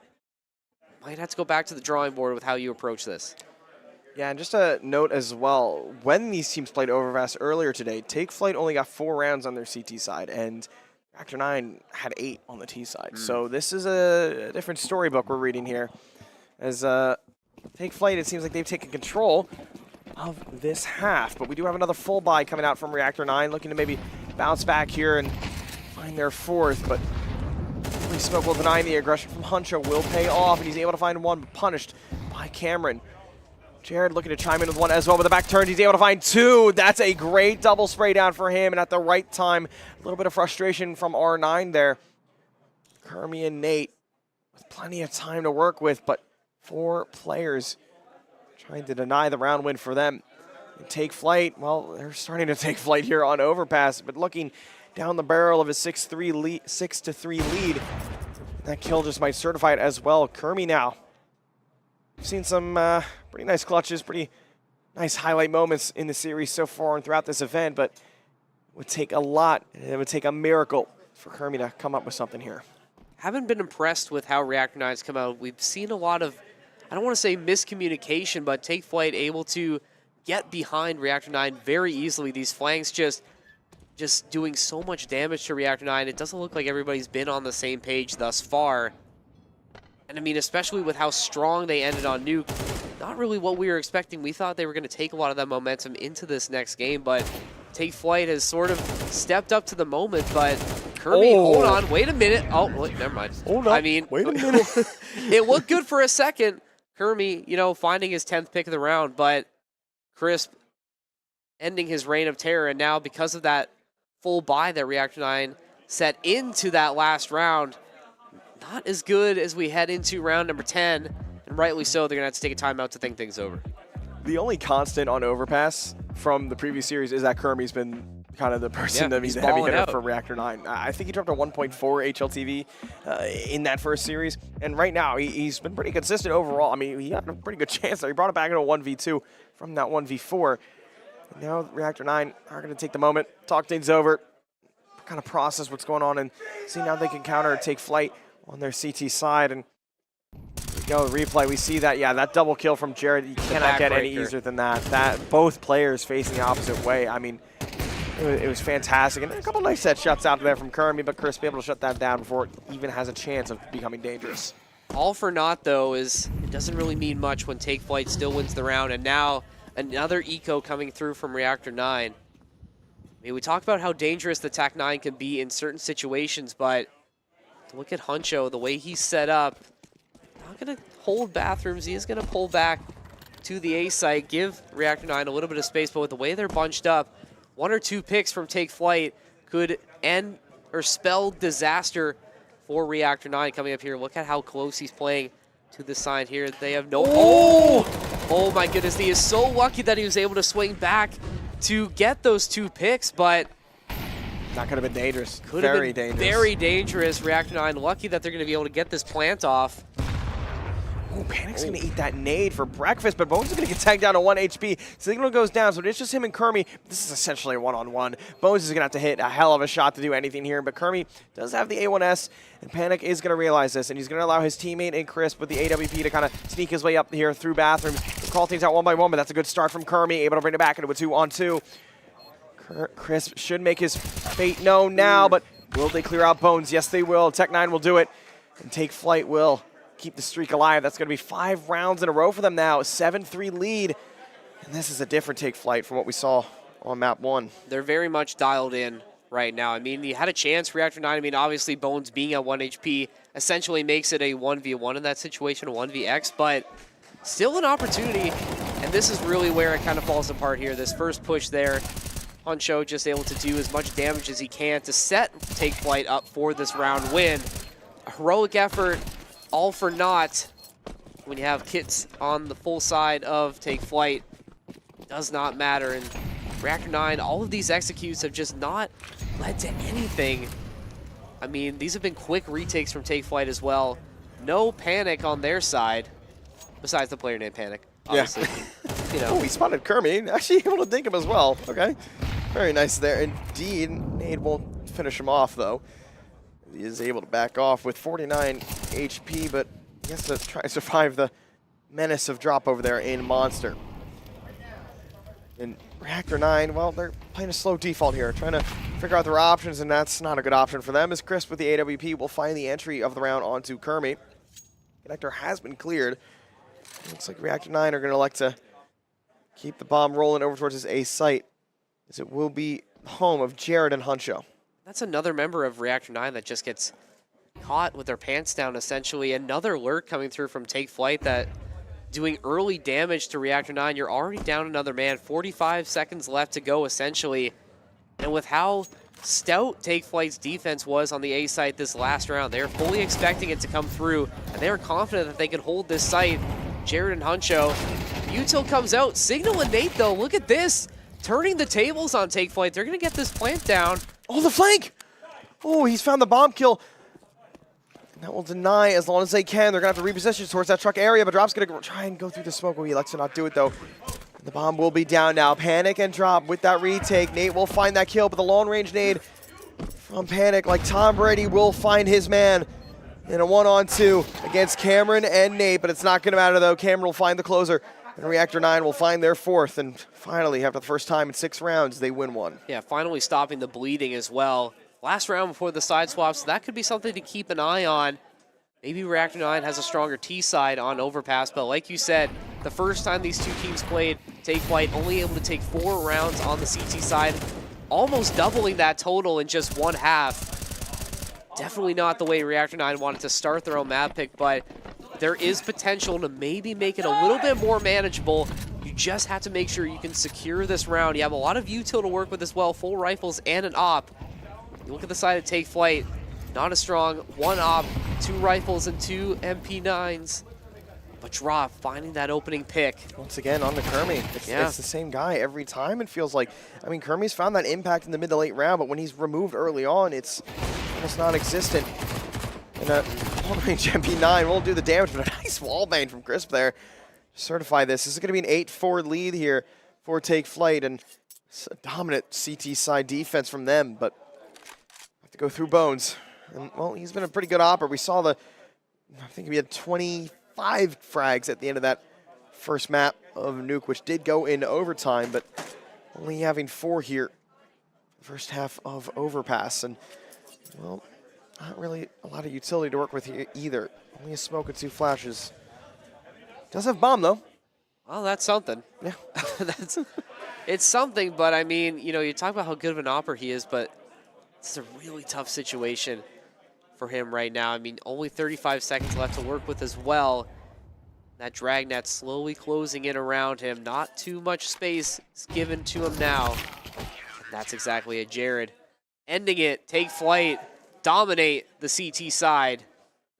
Now it's time for Reactor 9 to see what they can do to respond on the opposite end. It starts with the pistol, though. If Reactor 9 can secure this pistol and then maybe get a better eco, you can think about maybe making a comeback. Take flight winning this pistol round almost feels like a backbreaker. Yeah, and it looks like we've got another tech pause in play here, and not too sure what's happening. They don't tell us anything. We're really just left in the dark with most things, unfortunately, so we're just left guessing. If you had to... Oh, never mind, I guess. Are we back? Oh, no, never we're mind. not. We thought so. We saw fist bumps going out, but... It's all good. It's all good. It might be a tech pause that turned into a tack pause. And, yeah, I think it was, as those players, those fist bumps were kind of doing some talking there. And I believe we're going to get back into this. Yeah, okay, so we will see the replay from the previous round of this first half. And it really was the take flight show.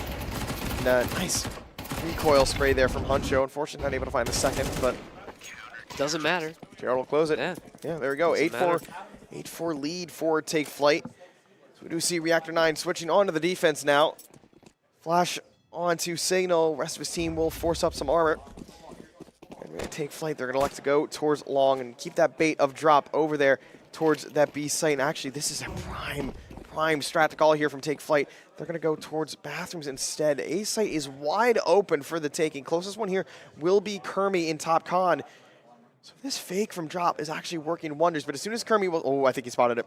Yeah, he spotted it, and look at that. Look at the rotation. It's already coming into play. We do see, looks like Signal is going to be rotating towards that B bomb site, but he's actually stalled out as Drop's able to find one instead. And this kill in con will maybe decide the round and decision on where the bomb is going to be going. Huncho takes down Bones, and Nate is going to clear out con. He's going to run right up the staircase, and Huncho will be here to deny this flank, and this kill could mean everything for take flight. They cannot lose this man, and they cannot lose this round if they want to see Ancient, and that's a great start from Huncho to find Nate and Signal in a 1 versus 3.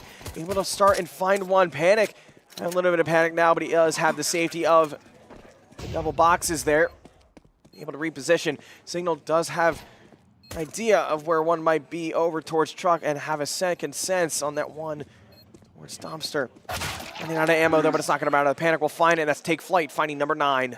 that could be the backbreaker right there, like we said. Now take flight, able to get a decent eco into this next round. Reactor 9. It's a tough situation. You feel like if you force buy and then you lose, that has to be curtains right there, especially this late in the game. But, I mean, all these rounds become critical for Reactor 9. I mean, you were able to make a comeback on Nuke. I don't know if you have anything left in the tank at this point. It would be quite the mountain to climb. You're already down this much, and Reactor 9 forced to save once again. I mean, if you find an early pick, potentially, you know, you already have Bones at 50 HP. Steal it away, you can maybe get a rifle or an SMG on your side. Maybe makes it manageable. But it all comes down to the skills of the players. With the way Take Flight's been playing this game, just don't really see that happening. Now Bones out as well. Advantage back in the hands of Take Flight. How funny would it be if we somehow got to overtime here on Overpass? That would be an astounding comeback from Reactor 9. Once again, they did take Overpass originally in that first series against Take Flight, but now it's just all been Take Flight. This is just absolute domination, not giving Reactor 9 a second to breathe, it feels like. At every step of the way, Take Flight has been one step ahead of R9, and we're going to hit number 10 here, double digits for them, and it is just Signal, the only man standing in their way of that number 10. The only man standing left, but maybe he does have something to say. Finds Jarrett in the 1v3 now. New swap to the MAC-10, but isn't going to make a difference. Huncho going to do it for Take Flight. 3 rounds away from Ancient, like you called it. Another timeout coming through from Reactor 9. I mean, I understand the call here, but you're already down by so much. Not really sure what the timeout can really do to propel your team to victory, but stranger things have happened. We've seen massive comebacks before, but with the way Take Flight's been playing, this is a much more disciplined team than what we saw in Nuke. They're definitely locked in right now. They're playing up to their potential, not playing down to competition either. With them going into Ancient as well, might want to give the advantage back towards them just because they seem much more disciplined, like we said. A lot different than what we've seen. I mean, we were expecting a really good showing from Reactor 9 on their map pick, and we've really been disappointed, really I'd say here. Really a tale of two maps. I mean, this, if you covered the names of Reactor 9, I would completely, I would have fully believed that this is an entirely different roster. Like, Yeah. I wouldn't believe you if you said this is the same Reactor 9 we saw on Nuke. I mean, that was a team that was very resilient, that had a nice comeback against Take Flight to really push them to the edge of their seats. And unfortunately for them, it just seems like they're kind of lost a little bit here on Overpass. I hate to put it that way, but this is not the Reactor 9 I was really hoping to see here. Okay, a little bit of life there as Cameron and Nate will find one apiece. Actually, Nate finds two, but Panic will find the double. Ooh, Nate again, and again, right. Nate, the 4K will hold. I'll stop my little bit of trash talk there on the Reactor 9 as they kind of lock in as Nate finds that 4K. All right, a little bit of life there out of Reactor 9. It's bold to trash talk when you're down 5. You had the advantage, but, I mean, go off, son. I mean, you know. I respect it. You know. Well, hey, say your piece, you know. We did see, I believe it was FlyQuest Red against Saw. I think Saw on map 1 was up like 13 or 11-0, and then FlyQuest won the first round, and they were trash talking, and well, I mean, everybody was loving it. I mean, I think that's different, and I think that's a bit more playful in this case. Oh yeah, for sure. I think in this context, it maybe comes off a little differently. But with the way the series has been going, I'm definitely forecasting another game on Ancient. I mean, it definitely would be par for the course, I think, with the way the series has been going. And I don't know. I mean, maybe. We'll see. forecasting some thunder, as it seems, as they will be making quite a bit of noise going up connector towards that A bomb site. Kermie will be doing the classic jump spot here. He might not be Nitro. He will have to work with the A1S to find the 4K, potentially, as he is going to be... Oh, okay. Well, you will have his teammate in Bones there with the AWP, and the boost out from long will not be spotted. Oh, but okay. Kermie did spot it. He's going to reposition back behind the APV, or ATV, whatever you want to call it, the blue van. Smoke out towards long from his teammate. Bones is going to be put into that contact off. A full blind Panic will be able to find one. Not able to find a second one. You better believe he can instead. Jared goes down with the wallbang though, but finally gets removed as Nate will chime in with one through the smoke and through the darkness. Light will sign on to Huncho. 1v2, able to get the whip around and make his way towards long, but slowly but surely the walls will be closing in around him there as Reactor 9 are looking to find this clutch, and they will win the round. Cameron wins the one-on-one, and here we go. Reactor 9 finding number 6. Yeah, finding number 6 and maybe finding some life as well. You know, we were sort of saying they were down and out, but clearly showing some resilience. Again, wouldn't this be par for the course? Take Flight had a chance to close it out on Nuke and weren't able to do it. Now you have to think, if you're Reactor 9, you've been in this situation before. It's not impossible to say that they could make a comeback. I mean, I'd love to be proven wrong. I wrote them off. Hopefully they write back. See what they can do. Have some time left to go. Nice Good shot from Bones. I mean, two Fantastic. big picks with the off. Huncho doing all he can to get that for Take Flight, but Cameron just stout defense from him. See what Reactor 9 has left in the tank. Take Flight, maybe trying something a little bit differently here. These A hits might not be working for them. See what they can do. Nate going to use that boost to find some intel. Is going to shoot through the wood, try and find a wall bang. Not going to happen. I think he did catch a little bit of a glimpse of Take Flight, though. That util going to come out. Mollying off the ramp there. Still trying to go for that wall bang. Nate's going to be in good position here. Kirby trying to make his way through bathroom. Did get a look. Bit of a gander. Bit of a gander. Yeah, that's a good word for it. Huncho trying to trade shots with Kirby. Kirby going to back up, heading back through long now. See if Take Flight's going to try and chase him out. Both sides of Take Flight split here. Jared, the lone member with the bomb, might be trying to rotate back through, heading too long. Finally some picks coming out on both sides. A little bit of a pause there out of Take Flight to kind of get their bearings, but Reactor 9 will lose Kermit. But still, these upgraded rifles from them and an MP9 onto Signal should give him a pretty clear and concise chance at winning this round. But I don't know, we've seen some pretty crazy rounds today. I mean, I do believe we actually saw it on Nuke as well. I think it was Reactor 9 had that low pistol buy in a similar situation like Take Flight is in right now, and they actually came out with the win. But with 20 seconds left on the clock, time is ticking away. And this duo, Signal and Cameron, are going to be here, and it's just going to be all the Nate show and Cameron show. And Signal's going to be the cherry on top, and that's number 7 for Reactor 9. 3 rounds in a row for them here. But with that, we will see the buy round coming out from Take Flight. 5 AKs, no AWP in play, of course, as unfortunately we're not able to afford one. But I like the amount of util they bought. That's something I feel like in a lot of situations, some players, they might decide, oh, well, I'm an opper. I'll buy an AK, but I'll save my util and keep it as a potential money bonus going into the later half of the game. I think that really, gets into that bigger strategy of this type of game. It's like, what do you prioritize? Do you prioritize the util, which could set you up for a bigger play, or do you just try and go for pure stopping power right now? I think if you're Reactor 9, I think it's wise to invest in that util, try and keep Take Flight off their game.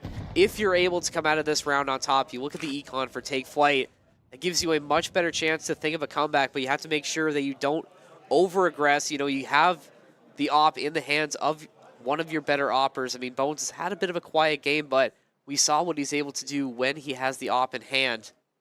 And Take Flight, you can see that they're not trying to aggress at all right now. They are taking it slow. They're waiting to try and draw out this util that Reactor 9 might throw at them. I'm definitely expecting to see a much slower pace from Take Flight, much more disciplined, because you can't afford to slip up now, especially when Reactor 9 has shortened that lead just that much more. Yeah, and with those 5 AKs in hand, the util dwindling down little by little. A couple Molotovs, smokes, and a flashbang remains for Take Flight. All 4 members of them outside of, I believe that is Drop, lurking towards that B site, will once again opt to hit towards A. The jump boost from Kermit will be found and tagged. It's going to be Bones instead, finding that early frag. So A site with 30 seconds left. This XQ is underway. And right now, Reactor 9, they're going to realize it. The B site is going to be clear. And A site right for the taking for Take Flight. Griff's going to go for the bomb here, but a nice boost coming out into play. But they're going to hear this. They're going to hear Nate make that jump noise. Ooh, and there's a chance for them to get it. Jared was able to spot it, though. But now, 5-on-4 retake. It does still favor Take Flight, though. They just need to hold the line as long as they can. But that's not the start they wanted. Cameron finding Huncho, the heavy hitter for Take Flight here on overpass. And a nice long-range tap from Signal. And Panic, he's going to have to make some panic noises here as he actually, unfortunately, gets taken down. And a nice retake from Reactor 9. 2 rounds away from tying things up, and 4 in a row for them. And Reactor 9's really feeling it now. You can hear the players starting to get warm and, starting to get back into it. And now Take Flight in a really tough spot. What do you do? What do you buy? Have to start thinking about these later rounds. I mean, you do get the bomb down. I think that is your best case scenario, but it's still going to be a bit of a weaker buy in these critical rounds. You can't afford to give Reactor 9 those advantages, and right now they're taking every single advantage they can. See right now, only 1 rifle in the hands of Jared right now, but early damage again. Once again, these nades and this util from Reactor 9 being used to its most effectiveness.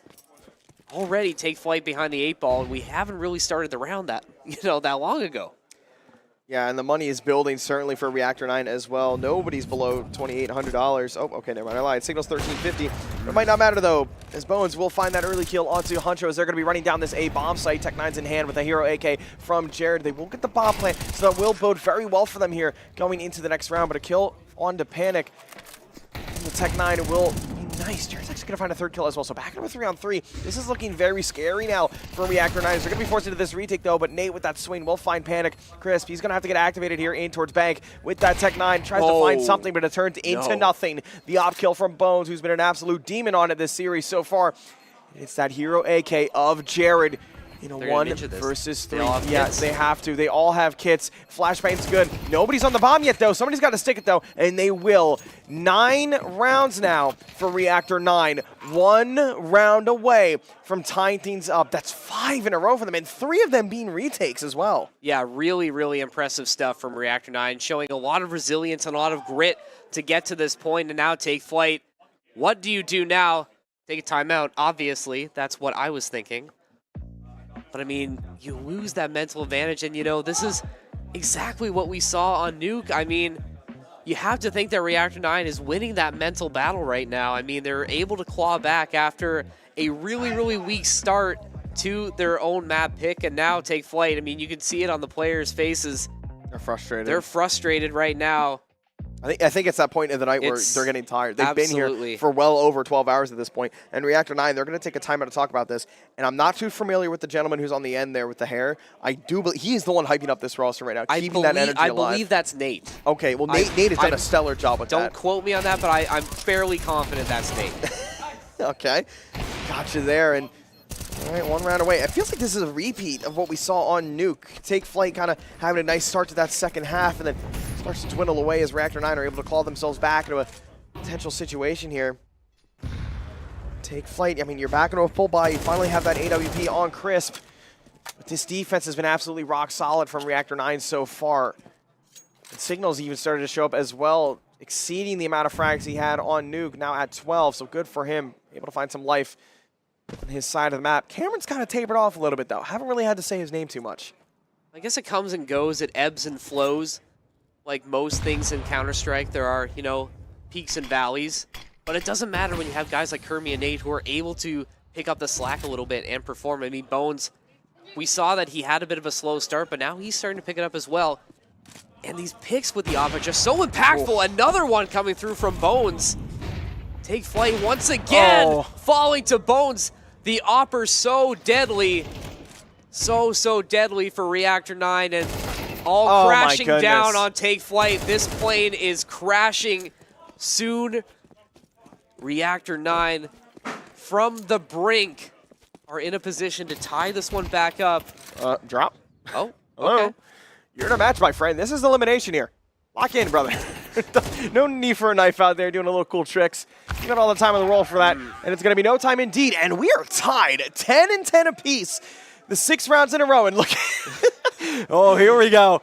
The trash talking is back in session from Reactor 9. Nate going to be yelling over to his opponent, and he's leading the charge for Reactor 9 and leading the server as well, 18-13. Look at Bones, nice long-range shot there, and a little bit of a Nitro-esque style play from there. Back and bank, the double kill for him. The support of Nate. I mean, this A site has been absolutely stellar. Nate and Bones have been incredible.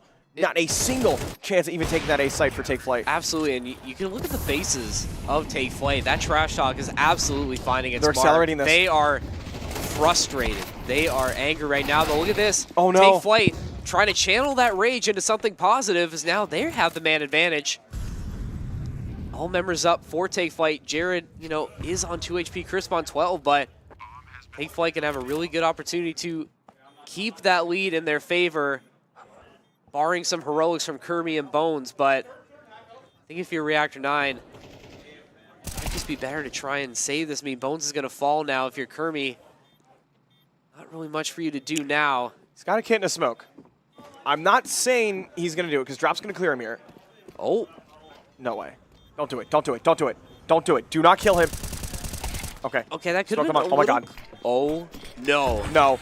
No, not like this. Kermi, not like this. Oh, my goodness. He's going to get the ninja defuse. Are you kidding? Are you kidding? Reactor 9 around out of absolutely nowhere. Are you kidding? What did we just see? The entire venue erupts as, oh my goodness. I'm at a loss for words. Take Flight. That might be the nail in the coffin. Oh, God. Talk about a power move coming through from Reactor 9. I mean, let's get a timeout to recollect our thoughts and break down what just happened there.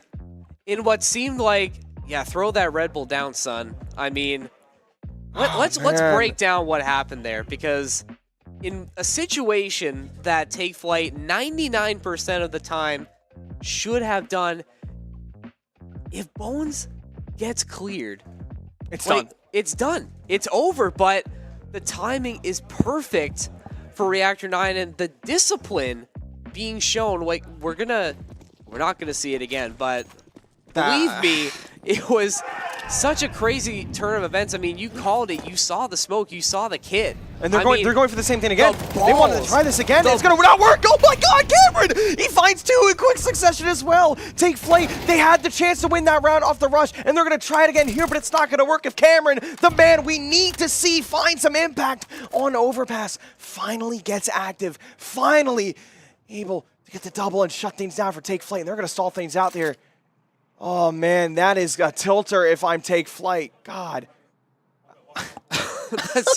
We're still just absolutely shocked by what we have seen here. Look at the Kirby spotted the gun barrel. Oh, this is, oh dear. This is done for all Jared. falling apart for Take Flight. What more can you do? Drop at 11 HP Crisp with the op. You still have a chance to make something happen, but Signal, he's going to get the green light. Reactor 9 from the brink, crawl all the way back to match point on Overpass. What a turn of events. What an immense comeback.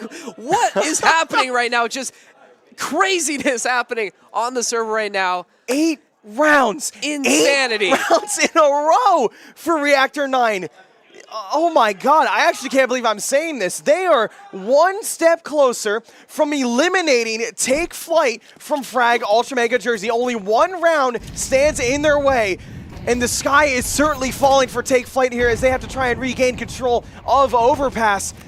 But this game has really slipped away from them, just as Nuke did not too long ago. And they've elected to slow things down little by little, taking that connector control here and discovering it is clear. And I like this from Reactor 9. They're having the double play towards long, making the presence known that it is clear and allowing Kermie to get in this aggressive stance. Jared might be the one to meet him here. Is Kermie going to be prepared for this, or will Jared? The crossfire is going to be good. He's ready. Bones is going to get it instead. He's had some incredible impact. This acceleration towards this A bomb site is going to be here, but so is Nate, the heavy hitter for Take Flight. Oh no, he might not get it, but he will instead. This is coming down to the wire. It's a 5 versus 3. Bones, he's going to find it. Reactor 9 off the back of a huge comeback. Will they do it? All it is drop in a 1 versus 4, and that's going to be it. Every single round in the favor of Reactor 9, and we will see them in the playoffs. What a comeback from Reactor 9. From the brink, we wrote them off. They wrote back with a resounding victory over Take Flight. Take Flight are shocked right now, as are we. Look at them. They're so happy. Win. Oh, they've made playoffs off the back of that. Incredible. Oh my God. An absolutely incredible feat there from Reactor 9, taking down the favorites of this matchup, Take Flight. Oh, dear Lord. Off the back of a Ninja Defuse like that, holy hell. Absolutely outstanding from Reactor 9, and Take Flight, unfortunately, we're going to have to say goodbye to them. I mean, it's unfortunate, but somebody had to go home, but my God, I mean, we're sweating over here. I mean, it is 1,000,000 degrees in this room right now. Oh, man. What an exciting finish from both of these teams. I mean, you talk about the Ninja Defuse, you talk about just all of those rounds being strung together, going their way. Take Flight, I have to say it again, a colossal choke. Once again, I mean, you had everything going your way, and to lose it like that, that's embarrassing, quite frankly. I mean, that is a Liquid-esque choke. Not only did they choke the series, they choked both maps. They had the chance of taking Nuke and lost. Oh, that's going to be a mental crusher for them for the future. And I mean, guys, you know, we talk about this being a bonus game. I mean, what a bonus game this was. I mean, you kind of wish we would have gotten a third map from this series based on how they were playing, but my goodness, I mean, man, I don't even know what else to say. We're supposed to do an outro right now, but I mean, I don't know how we're supposed to outro something as amazing as that. thanks for watching, I guess. We'll be back tomorrow. Tomorrow is day 3. Yes, I we will should see the say. quarterfinals Yes, to begin at let's break the 10 a.m., I believe. Yeah, 10 a.m. start, quarterfinals, semifinals, third place match, grand finals. Grands are going to be a best of 5 Yes, sir. as well. So lots of Counter-Strike tomorrow. Please tune in tomorrow to see how this LAN ends. We have a lot of good teams left. This has been Zev. I have been Evan. Thank you guys for watching, and we'll see you tomorrow for day 3. Take care.